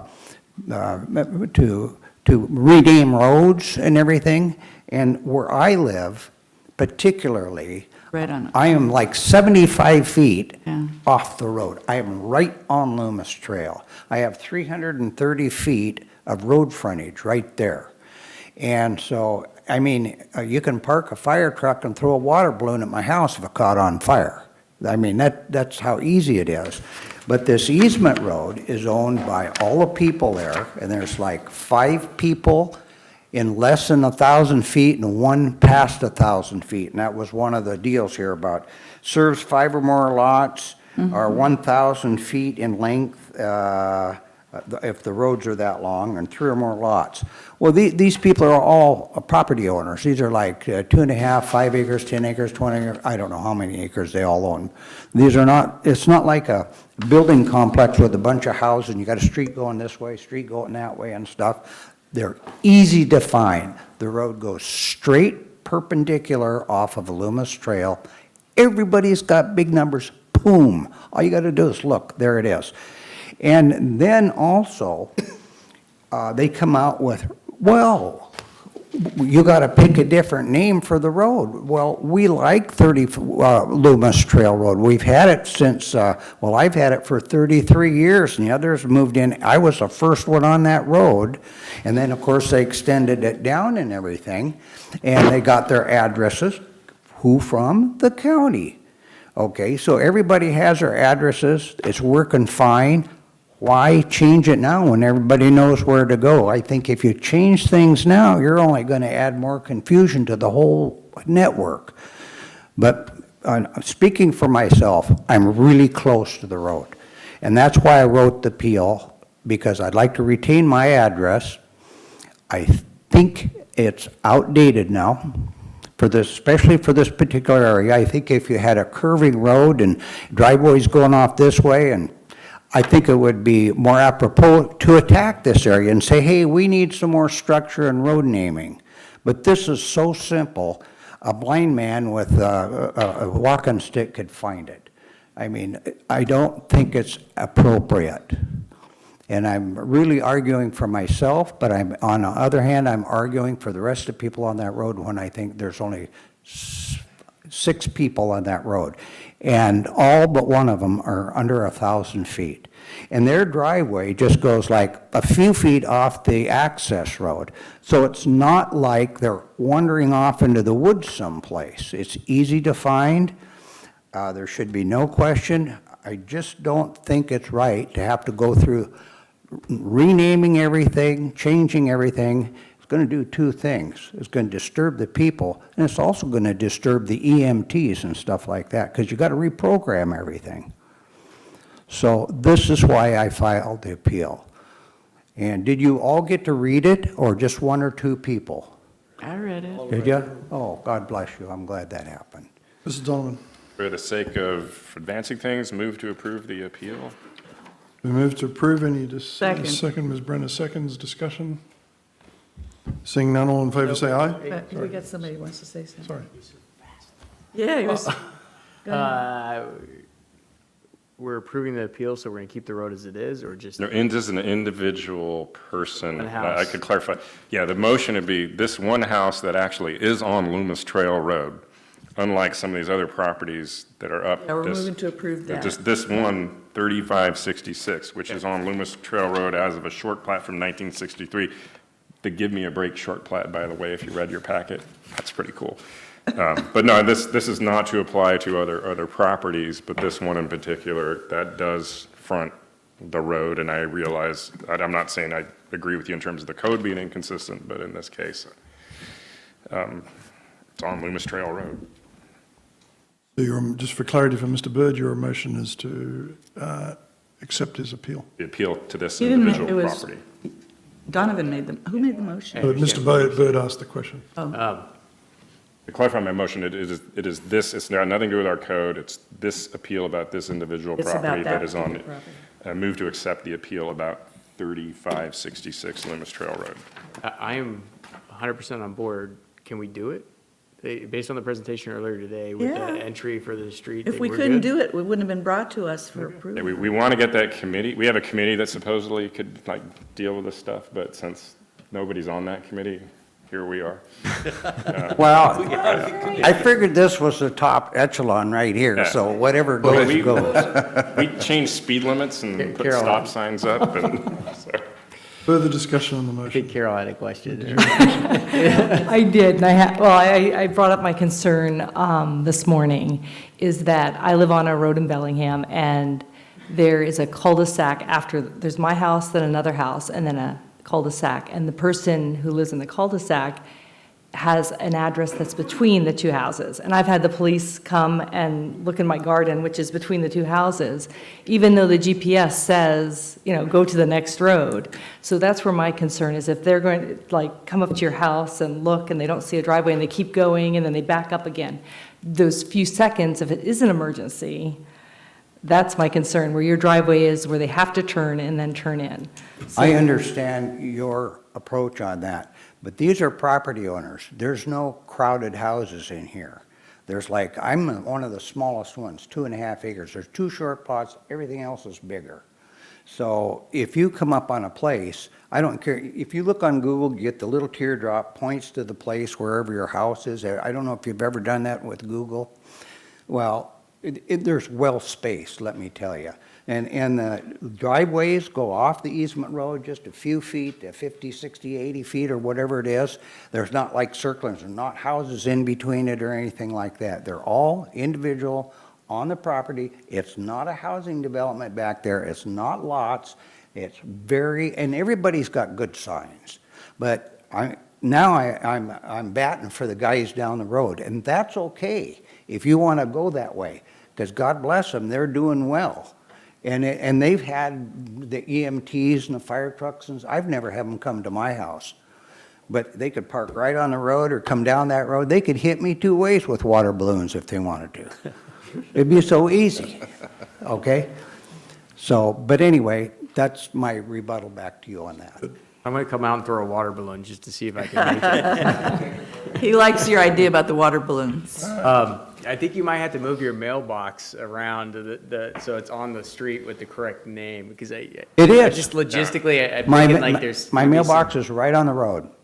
Is it on the spur, or is it on? Nope, my mailbox Oh, is you're right set, on okay. Loomis Trail, and you can, if you're a baseball player and you're throwing from third base to home plate, you get hit my side of my house. Wait, that's from, You must be a baseball player. I love the Mariners win or lose, boy. Maybe, we got our Public Works Director here, maybe he could offer you a job. I think you're great. But anyway. Open our meetings from now on. Yeah. Further discussion to uphold the appeal. Seeing none, all in favour say aye. Aye. Opposed? That passes 7-0. Thank Did I win the appeal? Yes, you Fun. did. Thank you all. And thank you for coming, wow, Thank made a you. huge difference. Planning and Development, Mr. Bird. AB 2019-255, request County Council review and approval of the Public Participation Plan for Wacom County Comprehensive Plan and Development Regulations.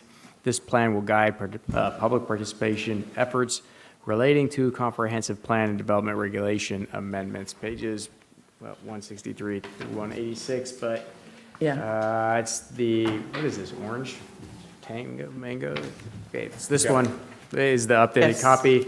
The change is that we updated the priority for public participation from 1 to 3 on page, lost all the colors. For the Cherry Point sub-area. That was for the Cherry Point sub-area plan, so that essentially that it will have more public participation than what was previously required. It went from the minimum level to the maximum level, and that is the updated amendment. I so move for approval. Been moved for approval. Any discussion, Mr. Donovan? I would propose an amendment to, so I just have the packet version, which was. Okay. So we received comments from people tonight who are very concerned about the repeal of this. We received a letter from Pam Brady from British Petroleum saying that BP's preference is that the sub-area plan remain in place. I propose removing what was D9, repealing Cherry Point Ferndale sub-area plan from the public participation plan. I'm fine with that. Just taking it out so we don't repeat Taking it it out, at all. No, maybe he's next taking the whole year, thing. somebody We're wants not to gonna put it in. deal with it to at all. We're gonna leave it Deal alone. it again with next year, but right now, let's just remove it from, it's not level 1, it's not level 3, it's not going to be I'll repealed. second. Okay. Been moved and seconded. Any discussion? Seeing none, all in favour say aye. Aye. Opposed? That passes 7-0. Now we're back to the main motion, if I understand correctly, which is you made the motion to approve it with the amended version, is that right? But with Well, the now originally it's amended version. still but now- amended. Yeah. Okay, so the amended version is amended again, so now we're back to the main motion, which is to Prove it with that amendment just made. So, any further discussion? Ms. Brenner? I just want to we got this, so that repeal thing is just gone. Okay. Not part of the for this year. Gone for this year anyway. For this year. If someone wants to gone bring it up for next year, now. they can bring it up next year. Everything's, Yeah. everything can change, but for now, we're okay. Further discussion? Seeing none, all in favour say aye. Aye. Opposed? That passes 7-0 with the amended. Next item up is council appointments to boards, commissions and committees.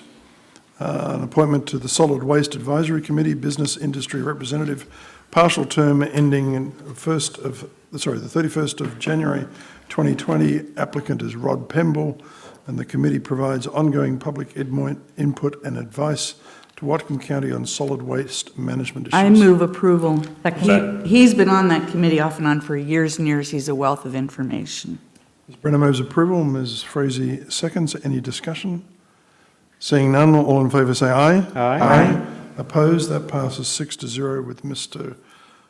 Bird out of the room. Next item up is an AB 2019-235, appointment to the Wildlife Advisory Committee. Applicant Trevor Delgado. Committee advises the Whatcom County Planning and Development Services Department staff and the Whatcom County Council on the value of wildlife habitat management issues as they relate to the Whatcom County Comprehensive Plan. I have a motion to approve. Move to approve. Mr. Donovan moves approval. Do I have a second? Second. Ms. Frazee seconds. Any discussion? Seeing none, all in favour say aye. Aye. Opposed? That passes 6-0 with Mr. Bird out of the room. Next item up is appointment to the Surface Mining Advisory Committee representing forestry applicant Aubrey Stargall. Committee advises the Whatcom County Planning and Development Services Department and the Whatcom County Council on implementing a surface mining regulatory program consistent with the comprehensive plan. I move approval for Aubrey Stargall. And in this case, we are voting on the green version of the packet. It's been moved and approved. Any discussion? Just Ms. that Brenner? he has been a forester for more years than I can count, and he's excellent. So he'll really add to this committee. Further discussion? Seeing none, all in favour say aye. Aye. Opposed? That passes 6-0 with Mr. Bird out of the room. Next is an appointment to fill one vacancy on the Business and Advisory Committee representing for-profit applicants Mr. Dana Weber, Ms. Valerie Wade and Sarah Rothenbreuer. No two appointed members may represent or be employed by the same company or organisation. Now, there's an additional piece of information on this. We have an additional applicant, which is Maury Ingram. She's applying not as a for-profit representative, but as a non-profit representative. And while I have great respect for Maury, I am concerned that our ordinance won't allow it, reading it. Mr. Bird and Mr. Sever. Sorry, Ms. Frazee. I was just going to say that we only have space for for-profit businesses on the committee. So unless we want to change that to nonprofit later on, or I think we need to stick to that. Right. Mr. Bird and Mr. Sadhu. I'm 100% on board with that as well. We were very specific about this being for-profit. It was a large concern of a lot of the businesses and organizations that this group is supposed to represent, is that they had felt like that had gone, there had been several past committees that were supposed to represent them that slowly over time had gone from being for-profit organizations to just nonprofits, and that they wanted to make sure that this stayed for-profit. And doing this would start to drift in that direction again, and I think that would just not be quite authentic or true to what we originally told them and passed. So I agree, her commitment and what she does for our community is phenomenal, but it doesn't meet what we've set for the requirements, so I would remove that application. Mr. Donovan. I move all nominations. Is that including Ms. Ingram? Wait. Sorry, I just need clarity. Yes, all nominations, including the one in the pink here. Okay. So, okay, well, we can take that and then we'll have to discuss, because I think I think it's out of order, but anyway. There was a motion? No, the motion is in order, but I don't think we can legally do it, and I'll explain in a minute. Mr. Sadhu and then Ms. Brenner. So when I read the application from Maury, it says Business and Commerce Advisory Committee position. It says food processing. Have you guys noticed that on the page 2? We got this after. Speaks to that in her comment on the next page. Notice that. In here. Yeah. So, but the thing is, for food processing, we already have a person. We have Doug Thomas. Yeah. If you look at the committee assignments, that number 3 from the top, you know this table? Third person is food processing is Douglas Thomas. And he's CEO of Bellingham Cold Storage. So, and his term doesn't expire. So that's what I was saying, that that's not the position open. Yeah. Food processing, right? So, okay. That's all I wanted to point out. Fair. Ms. Frazee. So from what I read, and I don't have the right here, but the for-profits that are open, they can be something that's already on there, like food processing or retail. Oh, okay. It just can't be from the same business. That's how I read the description. Oh, It can't be from the same business, or same, like, company. This is the additional position we approved last time. That's what it is, right? Because remember, there was. Yes, for Okay, profit. I get it now. So just for point of clarification, Ms. Fraser is right in terms of the ordinance, because this is, it says here, 3 members representing for-profit business entities in any industry, including those listed in subsection C, in other words, including the categories that you've already talked about. So it is allowed for that, but I can't find, the ordinance is very specific that it's for-profit entities, and that's my concern. Ms. Brenner. Yeah, and I just wanted to add one other thing.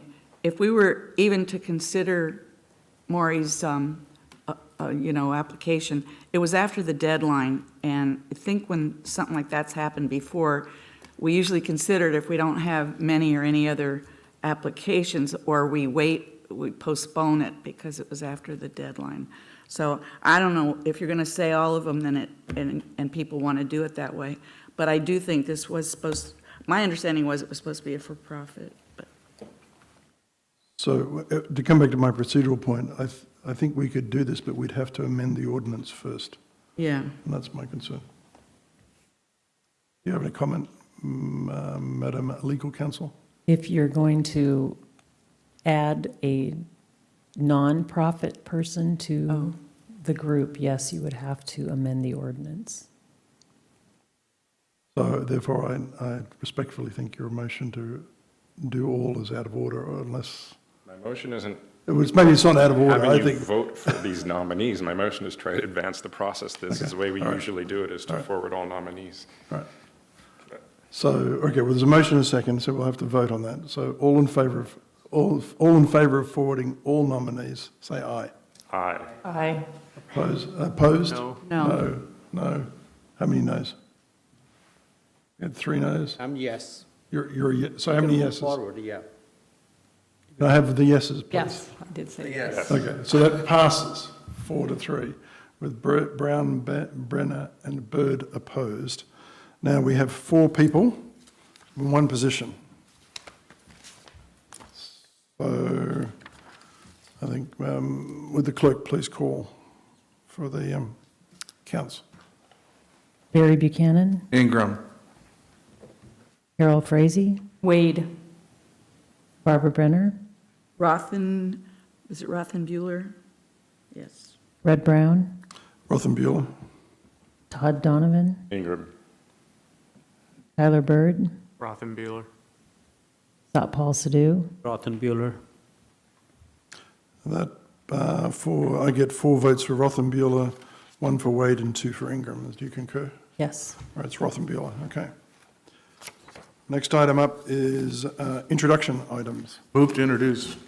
Move to introduce, been moved to introduce. Do I have a second? Second. All in favour say aye. Aye. Opposed? That passes. I'd just like to clarify that there was that one additional item. Oh, sorry, yeah, we have 7. So the additional item, so In the 6 on the green. list, and then the 7th was the, Do something I didn't know. was the This is apprenticeship. this one too. Oh, I did have that. 6? So there's 2 extra, right? Is it 2 extra? Well, isn't this for No, introduction? no, that's for, sorry, that's, yes, sorry, there is 2 more extra. There's Yeah. 2, and then, There's the apprenticeship thing. There's just one additional. It says additional. And isn't the other thing, that proposal for I think that apprenticeship? additional information was, you're correct, sorry. 2. 2. all right, so there's a total of 8 items, 6 on the list, and then these 2, which is application for surface mining and for the amendment to Whatcom County Code Title 3.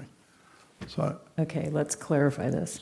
That additional, that green covered piece is just adding an additional member to one of the items that's already on for introduction. Oh, okay. So it is, was that, do you need a vote for that to be introduced or not? what do we call So it? we'll just add that as, accept it as part of the item, It's which already is on. number, Oh, I see, okay, so that's an amendment, that's an amended version of number 5. correct. So we are voting on 7 items, 1 through 4 are on the list, 5 is the green one, 6 is on the list, and 7 is this one here on the code 3. All right, all in favour say aye. Discussion. Aye. That's all right. That's all right. We have discussion. Oh, sorry, if you want to have discussion, sure. I do. I want to know what the intention of this item is after this. Well, it gets introduced and then it goes through the normal process. What's going to be the process? Well, I will ask for it to go into the committee of the whole as the sponsor of the ordinance. And then, Goes through the normal public process, the public hearing, and for a vote by the council as any other ordinance would. okay.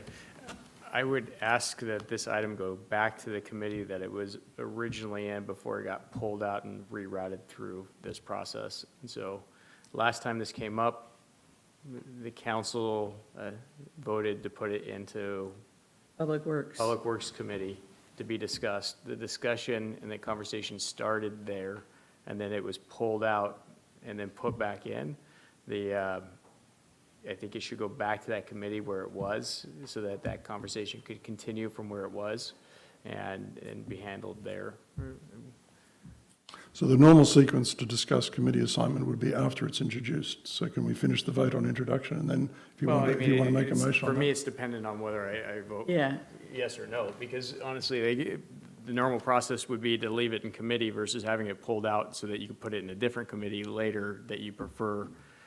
That whole process goes back to the whole transparency thing that I had at the beginning of the year, and the idea that, like, okay, we get this on the 7th with the updated copy, it gets pulled out of a discussion because we don't like the committee it was in and the discussion that we're having, so that we're going to rewrite it and be putting it back into a committee that we control. I mean, I don't like the appearance of that. I don't like the process of that. I don't like the timing of that.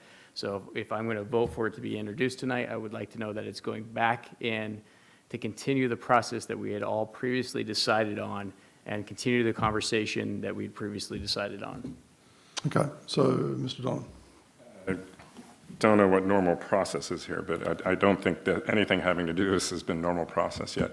We effectively had a public hearing about it the first time it was proposed for introduction. And then first, it was late at night and somehow it got sent to a committee before it was ever even introduced. That It went into the Public Works Committee. Then, before the ordinance was introduced, was it ever formally introduced? No, it was never formally introduced. It went to a committee where the committee effectively held a public hearing where the committee chair just had people come down and start testifying. Well, so no, it's not yet been introduced, and it's had 2 public hearings, which is not at all normal. Those So were we talk not about public hearings. Those were not public hearings. These were discussion. And I don't know about you and your chair, but I have always let people come and speak if they come into committee when we're discussing something. If they got something they want to say, they're allowed to say it. Now, it may be different. That doesn't mean it's a public hearing. It was I said a de facto public hearing. But anyway, whatever normal process is, none of this is normal process. You've even told me when I would question an ordinance that's being introduced, like, it's just an introduction, we just introduce them, then we figure stuff out. This has been bouncing around and hasn't yet really been introduced. Well, That's you know, highly unusual. it keeps bouncing around at the last minute. We just got it. It wasn't like it was on, when I picked up my packet. And I got it, I came in and got a copy, and I just, this is a new again thing. And I thought it was going to be, we were going to have more discussion before some people just got together and did it. Because I did go through it, and I don't think I see anything that bothers me, but I haven't gone through it with a fine-tooth comb yet. Mr. Burt. I understand the process that you're saying that we take other things through, but that's not to say that something has to be introduced in order for us to be able to have it in committee and have a discussion about it. It's also not to say that asking the public to come and give their opinions and having staff come and give us presentations and doing the research and the due diligence on something is not public or is a poor process. I mean, that is exactly how we should be creating every single one of these items, is through a public process where it sits in a committee and we do a thorough period of due diligence. And even the unions who this supports came up here and said, we would like this to be a slow process and have the research done and the due diligence done and have the conversations with the for-profit organizations as well. The problem here, as far as I'm concerned, is that this came forward, we all voted to have it put into a committee, and someone didn't like that committee, pulled the item to have it reintroduced, to bring it back into another committee.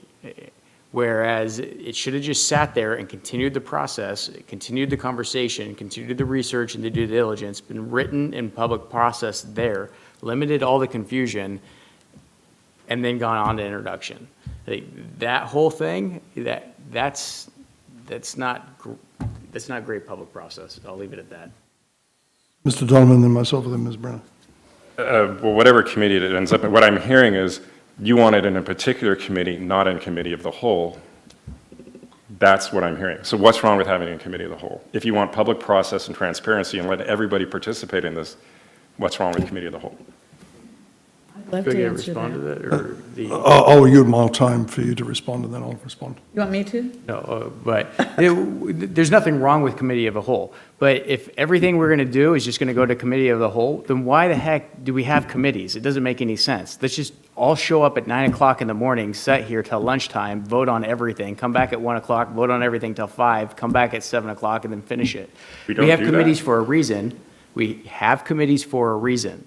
This committee represents this issue, and if, as a group, we had decided that first week to put it in a committee of the whole, then that's fantastic. It would stay in a committee of the whole. We did not do that. We put it in a different committee, and when that committee wasn't the desired committee by somebody, it got pulled and reintroduced tonight so that we could shuffle committees.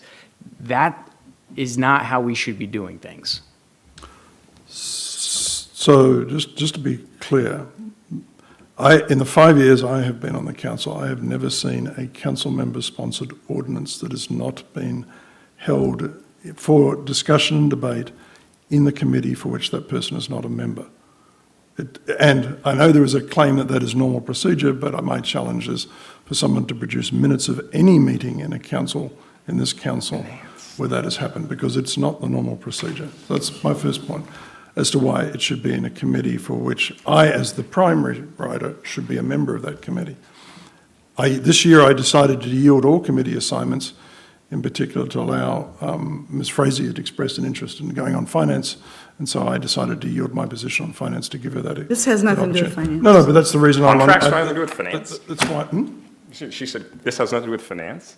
Contracts have nothing to do with finance? No, this has to do with Anywhere. construction. It's public works. Contracts. So the only committee I am a member of is the Committee of the Whole this year. The second part is this is really not about public works. This is first and foremost about raising standard of living through providing educational opportunities for apprentices. It happens to be using the public works contracts as the vehicle for the funding. But to me, this is more ties into our comprehensive plan of trying to raise the average standard of living in this county, which again is typically a committee of the whole responsibility.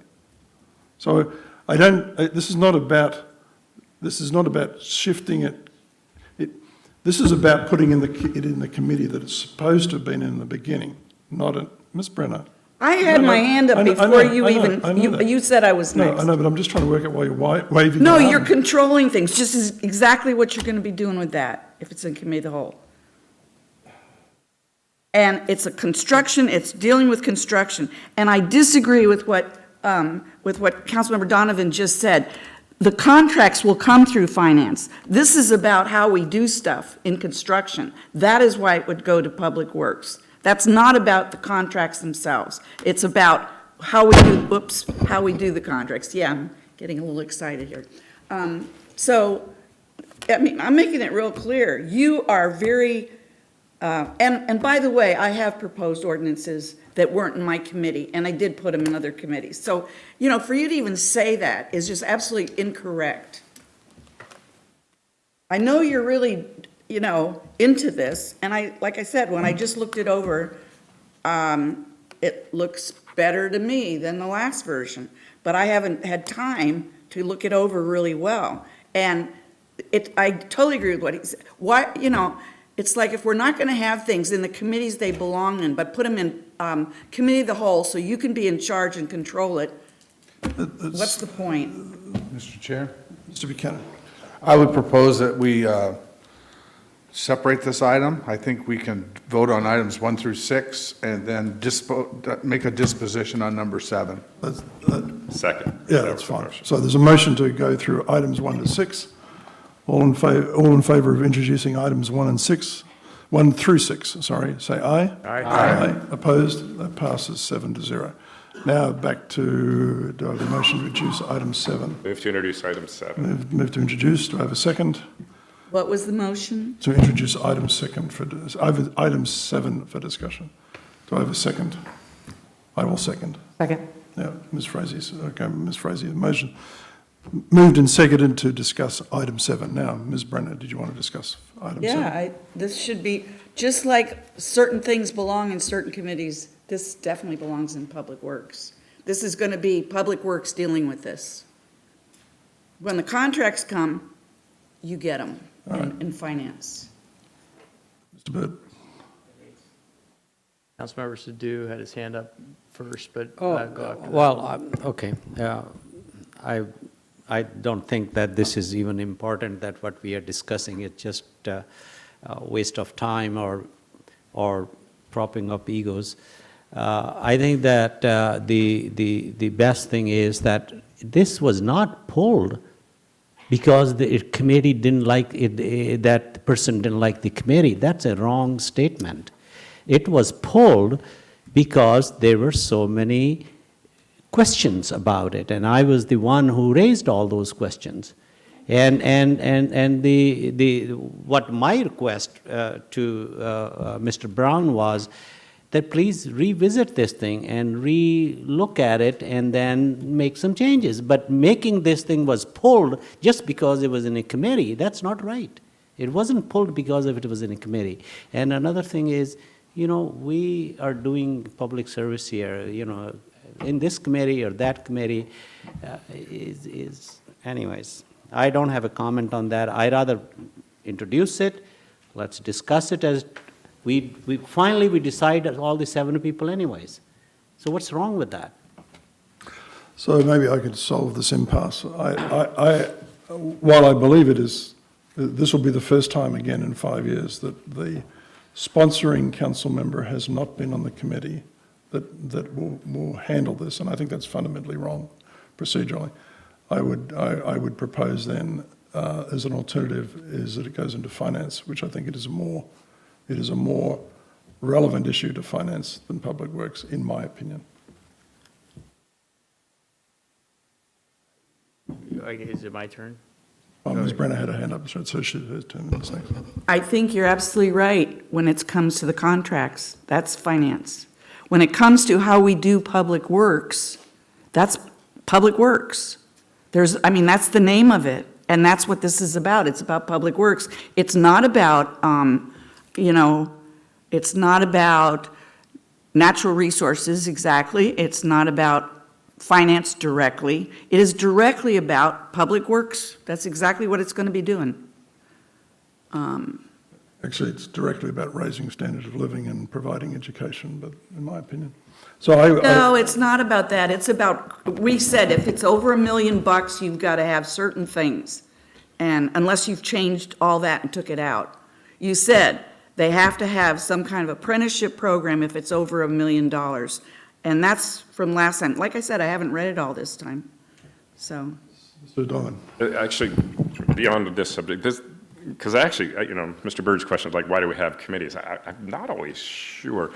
Because there's these things like, okay, natural resources and the critical areas ordinance, that could be in natural resources, but like that's a thing, or the shoreline management stuff, like, is that a thing where we do it as a committee of the whole because it's such a big deal, or do we send it to a committee and or the GMA, the comp plan update, like, that could be planning, but it's not. We do those as committee of the whole. So I guess we don't know what that threshold is where we go, and this is to everybody's credit here, I think that's what we're kind of grappling with. When is it something that should go to committee of the whole, and when is it something that has a natural fit in a committee? I don't know. But there's definitely these things we just do at committee of the whole when they kind of pass this threshold we really haven't defined. And I don't know what that threshold is. So, I would, to move this along, I would make a motion to amend the introduction that it's introduced and moves into finance. Do I have a second for that motion? Second. Ms. Frazee moves, Ms. Frazee seconds. Do what? Discussion. I've made a motion to amend the motion to introduce so that it would be assigned, it would be introduced and assigned to finance. So that's my motion for which it has a second, and we have to vote on that motion to Yeah, amend it's your before we motion. vote on the main motion. Yeah, so, Can I go now? yes. Okay. Not, I'm opposed to that too. Finance to me is no different than the session as a whole, right? Or the committee as a whole. At the end of the day, we made a decision. You made your argument that night for why you wanted it in a committee of the whole. Councilmember Sadoo mentioned having it in finance that night. That night, we voted to put it in this committee. Public Works. In Public Works Committee, the decision was made. The fact that it got pulled out of there and then put into introduction tonight, the only reason that would happen is so that you could move committees around and pull it back into a council of the whole or put it someplace where there is more control. These amendments and these changes could have very easily been made in the Public Works Committee through recommendations where we all sit there or don't sit there. If you're on the committee, it's up to you. But you could have made these changes and these revisions through that process. You didn't have to pull it out and then reintroduce it. The only reason to pull it and reintroduce it is to put it in a different committee in my book. And for me, at the end of the day, this decision was made, the conversation was made, we had an agreement, put it back where it was, unless it's a control issue. And if it's a control issue, just say, hey, I want to control it. Mrs. Sadoo, then Ms. Brenner. That we never introduced it, we had a discussion about it. I think that's the real situation. It was never introduced. We had a discussion, and the discussion took it to different spots, and some people from the public spoke, and then it was thought that this is not properly expressed what you're trying to achieve, and now it's being introduced. I just wanted to state that. Right. Well, and I appreciate that. I'm just saying that if you guys want to get rid of the committees, to me, committee of the whole is usually when it's something that's been done through something and then goes up to committee of the whole. And to say this is a finance issue, you can say it. It doesn't make it a finance issue. This doesn't have $1 in it at all. It just has what we're going to do with what kinds of public works contracts. When those dollars hit us, that's finance. But it's not now. It's, and you guys can take away, the authority of other council members. Go right ahead. Put the control and power wherever you want to put it. But it's not, it's that, if there was ever a clear item for public works, it's one. It's, whatever. So I just want to make sure I'm clear, Mr. Bird, because first off, Mr. Sadoo is correct. This was not introduced, so it's not about introducing it and shifting it from one committee to another. It was never introduced. It didn't follow the proper procedure. The second part is the reason that I'm proposing finance is there are 3 sponsors for this. If it can't be in a committee by the main sponsor, then I think it should be in a committee by one of the other sponsors. It should be in a committee that a sponsor is involved with. Mr. Chair, Mr. you're speaking out of school there. What? I'm on Public Works, so Yeah, No, but you're not that's one of the right. sponsors of the... might want to look at it. You might want to look at read your it. latest edition. What? So I guess we're good with Public Works then. Sounds good to me. No, read which? Pardon me? Sorry, read which? Where it says sponsored by her, or introduced by, unless you took my name off. I saw it on there. Your name was never on this. Oh, yes. What? It was on the other. You asked me to, and I said yes, and the first copy, It did What? have your name on it. So this one What do doesn't? you, I'm sorry, what do you? never mind. Apparently. Anyway. Not supposed to do that. All Sorry. right, so There is the motion on the floor, if this one's for discussion, the motion on the floor is to amend the motion to introduce. But I'm going to say, I'm on finance. I don't think this is a finance issue. I'm not on public works. I think it's a public works issue. That's why I made the motion the first night to put it there. If you're looking for a co-sponsor, Councilmember Buchanan's 100% right. The original one was you and him on it. And Mr. Donovan. And I thought you were on this But one your too, name but was on Mr. something. Ritt- I saw it on the, the- was three of them. originally. Yeah, so, then that should work. So I will vote to have this introduced, but I'm going to ask you to amend your amendment and put it back where it was. Okay, well, if the majority of the council votes down my amendment, then it won't go into finance. So should we deal with that amendment first? I mean, that's procedurally, Ms. Brenner, we're speaking to the amendment. Well, why don't you just put it in Public Works for discussion instead of the introduction thing? There wasn't lots of, I'm trying to say this really politely as I can. There wasn't a lot of support the way it was. And I'm just saying that we should have this for a certain amount of time before we even start talking about introduce public hearing, blah, blah, blah. And I think everybody deserves it, all the people from all kinds of sides on this stuff. And actually, this might end up being just the right thing. I don't know. Like I said, I just whizzed through it, and what I saw, I think I liked, but I didn't do it in detail. So further discussion on the motion to amend to put it into finance. All in favour say aye. Aye. Aye. Opposed? No. That's 3, opposition 4 in favour. So now it's back to the main motion, which is the motion to introduce and have it heard in finance. All in favour, any further discussion on the main motion? I do. And I mean, I just wanted to vote on getting it introduced, and the other time we had a meeting, I just wanted to get it introduced, and the way I thought I could get it introduced was because some committee wanted it. I just hope we kind of learn something from this about, like, how should we in the future, if we're going to introduce something, it used to be we just introduced it, and then sometime later we'd figure out where it went. I don't remember having the discussion about introducing items contingent on where they would go. And I don't have the answer to this, but I think we don't have a rules committee like Congress where somebody just tells people where stuff goes. Well, But I it's like the not process. trying by some people. I like the process of introducing it and then kind of having the discussion about where it goes. And because once we introduce it, it doesn't mean we have to act on it, in a week or 2 weeks or anything, but that's me. At least let us read it. Yeah, well, that's, when introducing it does. So I'm supporting the motion, but I just would have liked to clean both times, just to introduce it, that previous time and this time, and so I'll support introducing it. And Mrs. Donovan, I absolutely agree with you. In 5 years, this is the first time we've gone through the process this way. And so, any further discussion on the main motion to introduce? Mr. Bird.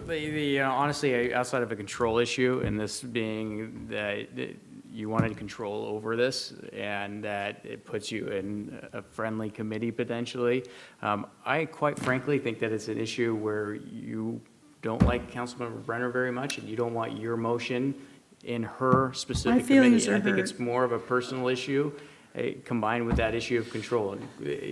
The whole, it really just frustrates me and ticks me off, the process that we went through and how this got moved and how we used the rules and the process to get your way.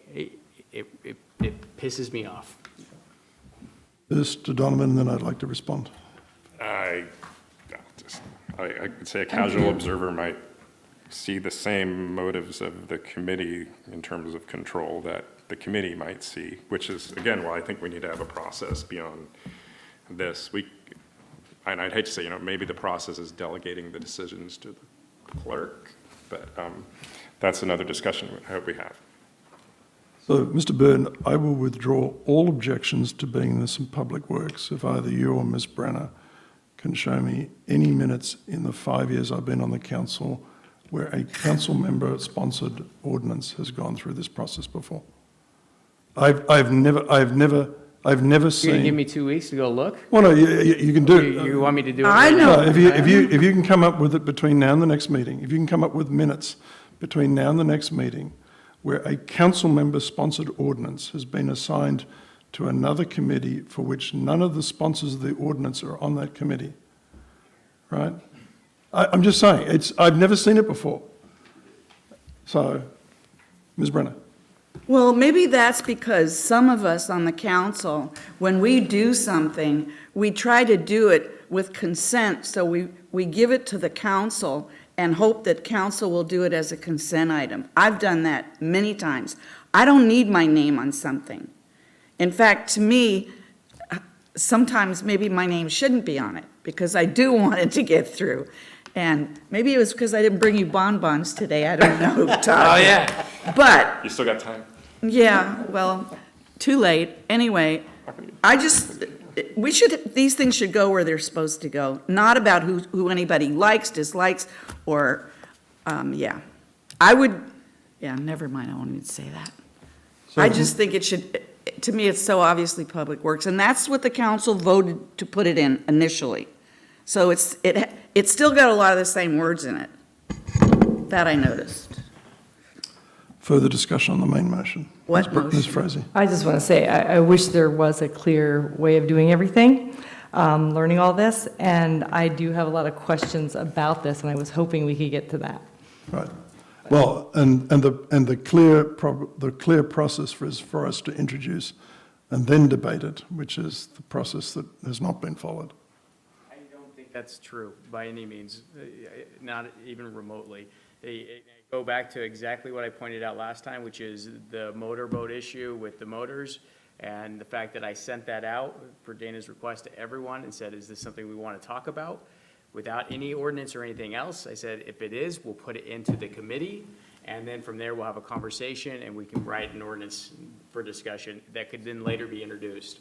That is a better process, because then you have research, you have due diligence, you're working through the issue, you're having conversation with the community, and then you're putting together a finalized thing that everyone gets to see and understands the process on how you got to that, to vote on and be introduced for general council. That's what committees are for. And as chair goes, quite honestly, it's one thing for me as a chair of a committee that I'm running to be getting things from community members and people that I'm going to bring to my committee and have as a topic. You don't have a committee. You chair this entire group. If you have something like this you want to bring forward, your position should be to ask the committee chair that represents that committee to see it and to put it forward and to deal with that issue under their committee. It's not to have a pet project and run it and control it and pull it around, and when it doesn't go your way and you're not happy with the process, to pull it back out and to play. That's not right, Rudd. It's not right. I can't, I'm done with the issue. We can take a vote. I don't want, that's.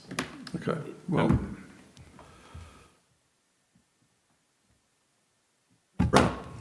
I move we put it in the Public Works Committee. We've already voted to put it in, there's already been a motion. I move for reconsideration. Procedurally, you can't, because you're one of the ones who voted against it. So we're back on the main motion. The motion to introduce with it going into finance. Any further discussion on the main motion? Ms. Brenner. Well, this is my last go at it, but you guys do what you're going to do. But this definitely belongs in Public Works. And yes, I will understand what it means if it doesn't go in Public Works. I'll understand it very clearly. All in favour of the main motion, say aye. Aye. Opposed? No. Who were the noes? I abstain. You abstain. Okay, well then if you abstain, we have 3 noes and 3 yeses and 1 abstention. It fails. There we go. What happened? Failed. Failed, okay.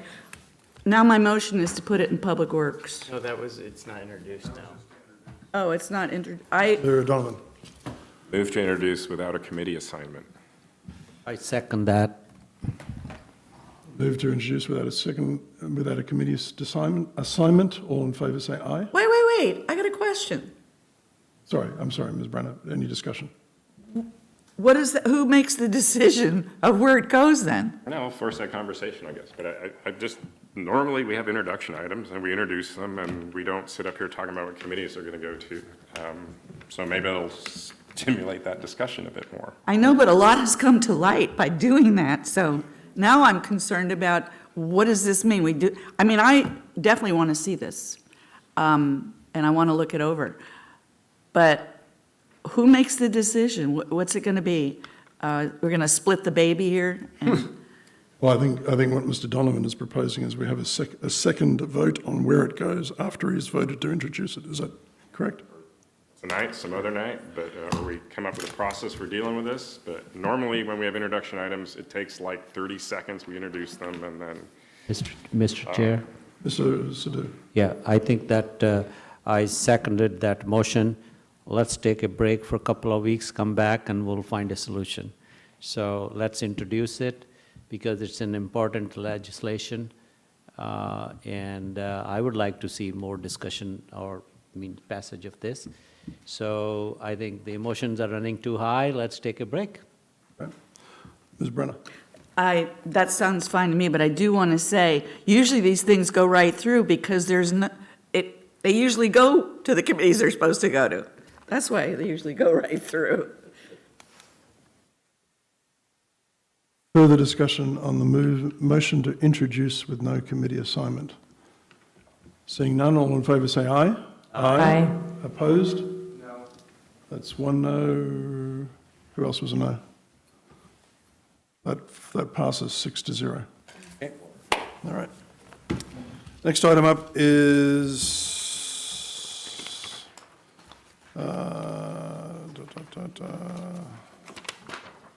Natural Resources Committee. You were going to say that.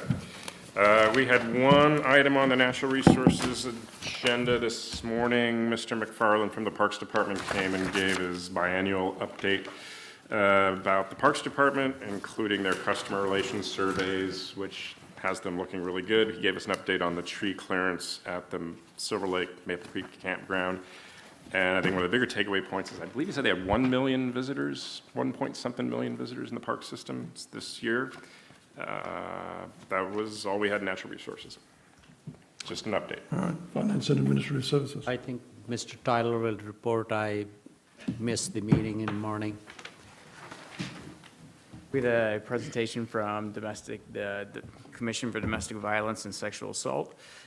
They had some interesting data, but they also had some great points about the processes that they're going through and the education that they're doing in the community and the impacts that it's having. It was a good presentation. In addition to that, we had an update from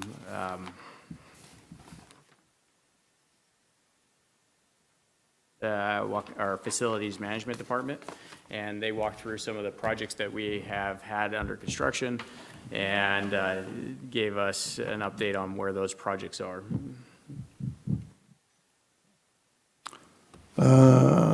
Public Works. Yep, we had, initially, we had a presentation and a short discussion on, regarding the Bellingham Scottish Gathering, and I want to put this on the record tonight. This is a gathering, it's a fun thing at Hovender. They had it last year, and the person who runs it had the same problem last year. She was told she had to get this insurance and that insurance and all kinds of insurance, and she's got lots of the different insurances, and they were telling her she had to get animal, even though the animals were a display, they were not an activity, nobody could touch them, they weren't doing anything like that. And I worked with her last year, and that got waived. Then today, the director of Parks said, well, we just can't waive it, and it was said by the prosecuting attorney, not you, Liz Gallery. Yeah, Liz Gallery. And I'm going to talk to Liz because I remember going through this last year, and it got waived because it wasn't what it looked like it is in the in the document. So I'm going to deal with that with Liz, and I'll get a hold of her. And then the other thing was, we had another discussion regarding the Deer Creek Water Association franchise, and there was some information that still wasn't in it that I had asked for. So hopefully we're going to get that and possibly have another discussion with our wonderful prosecuting attorney. Karen, you're just so lucky. You're going to enjoy this. Anyway, so that's it for Public Works. Planning and Development. No updates. Other items?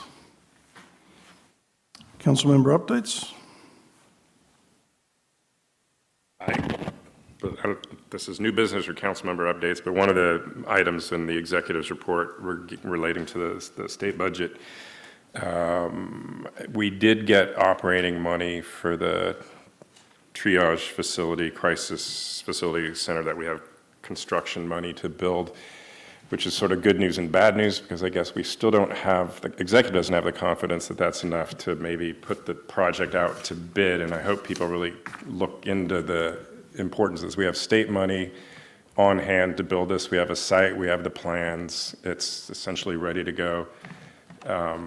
At some point as a council and as a community, I think we need to decide if we're willing to build it, we need it, pressure the state to come up with a responsible funding model, or do we just wait and not do it, and every day we wait, it gets more expensive, and I'd like to see it get built, but I just want people to know, as much as we've heard about, we're going to build this crisis facility to take pressure off the jail and pressure off the emergency rooms. Right now, we're not. And people need to know about that. Ms. Brown. I just want to piggyback on what you just said, because we've got funding for the first 2 years. And I do recall back when the state closed Western State Hospital, they did it so that people could be serviced within the region, within their community, within the region. And one of the questions that I brought up at the time, it was the mental health, what was it called? The Behavioral Health Advisory Board or something at that time. But that was a long time ago. And we were wondering, well, you know, thanks for handing it over to us, and it's a good idea, but where's the money? And the state did say at the time, there were the representatives we talked to, and we may have even written a letter regionally, I'm not sure, but they said that they were going to help us. And it's not helping to us to do 2 years and then say, you're on your own, when it's something that's as expensive as this is. I think it's a great idea if they would, you know, follow through. I mean, what they did, the way they did it, closing the state hospital, it needed to be closed, but the way they did it, just like so quick and just pretty much throwing people out on the street, was not the way to take care of people who have mental illness. And as somebody who's bipolar, I can appreciate that, and I think that we need to go after the state on this and not let them. I don't think we should just hand it over to them. I don't trust them anymore. I think what we should do is tell them that, you know, you guys, you said you were going to help us, and that's not means 2 years and then make us take care of all this that you gave us. So, Mr. Bird. Yeah, I was in an event last week, and there was a whole bunch of people there, and it was a buffet there, and afterwards, half the food was left, and they were throwing it away.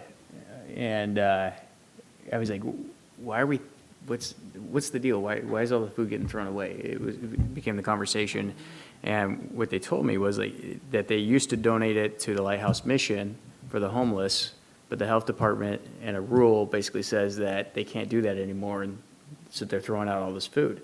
And I mean, it's good enough food that I can eat it. I mean, I never ate it, right? It's a little odd to me. I look at some other countries right now, and they're passing laws where you can't throw out old produce from a grocery store. It has to be donated or given away, but we can't throw out cooked food that we all ate at a banquet to the homeless population that we have here in our community. So I don't know what to do with this, whether it would be your health committee or if it's the health board issue. Public Works and Health, that's me. But I wanted to bring it up because I think that we should do something there because it doesn't make any sense. want. I would like to see it put in committee for discussion. I think that's an excellent idea. Mr. Buchanan? I can also run that by the Public Health Advisory Board and get it on their radar. That would work for me.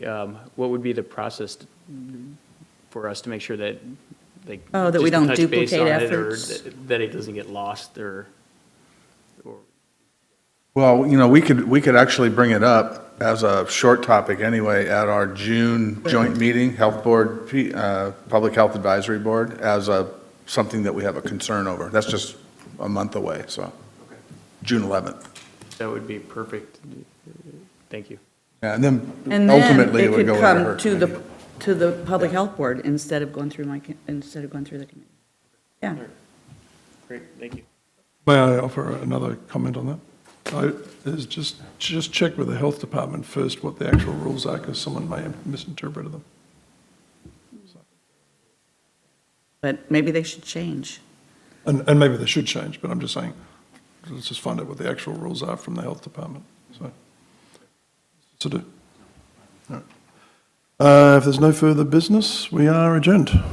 Thank you. Oh, God, we spent more time on the intro.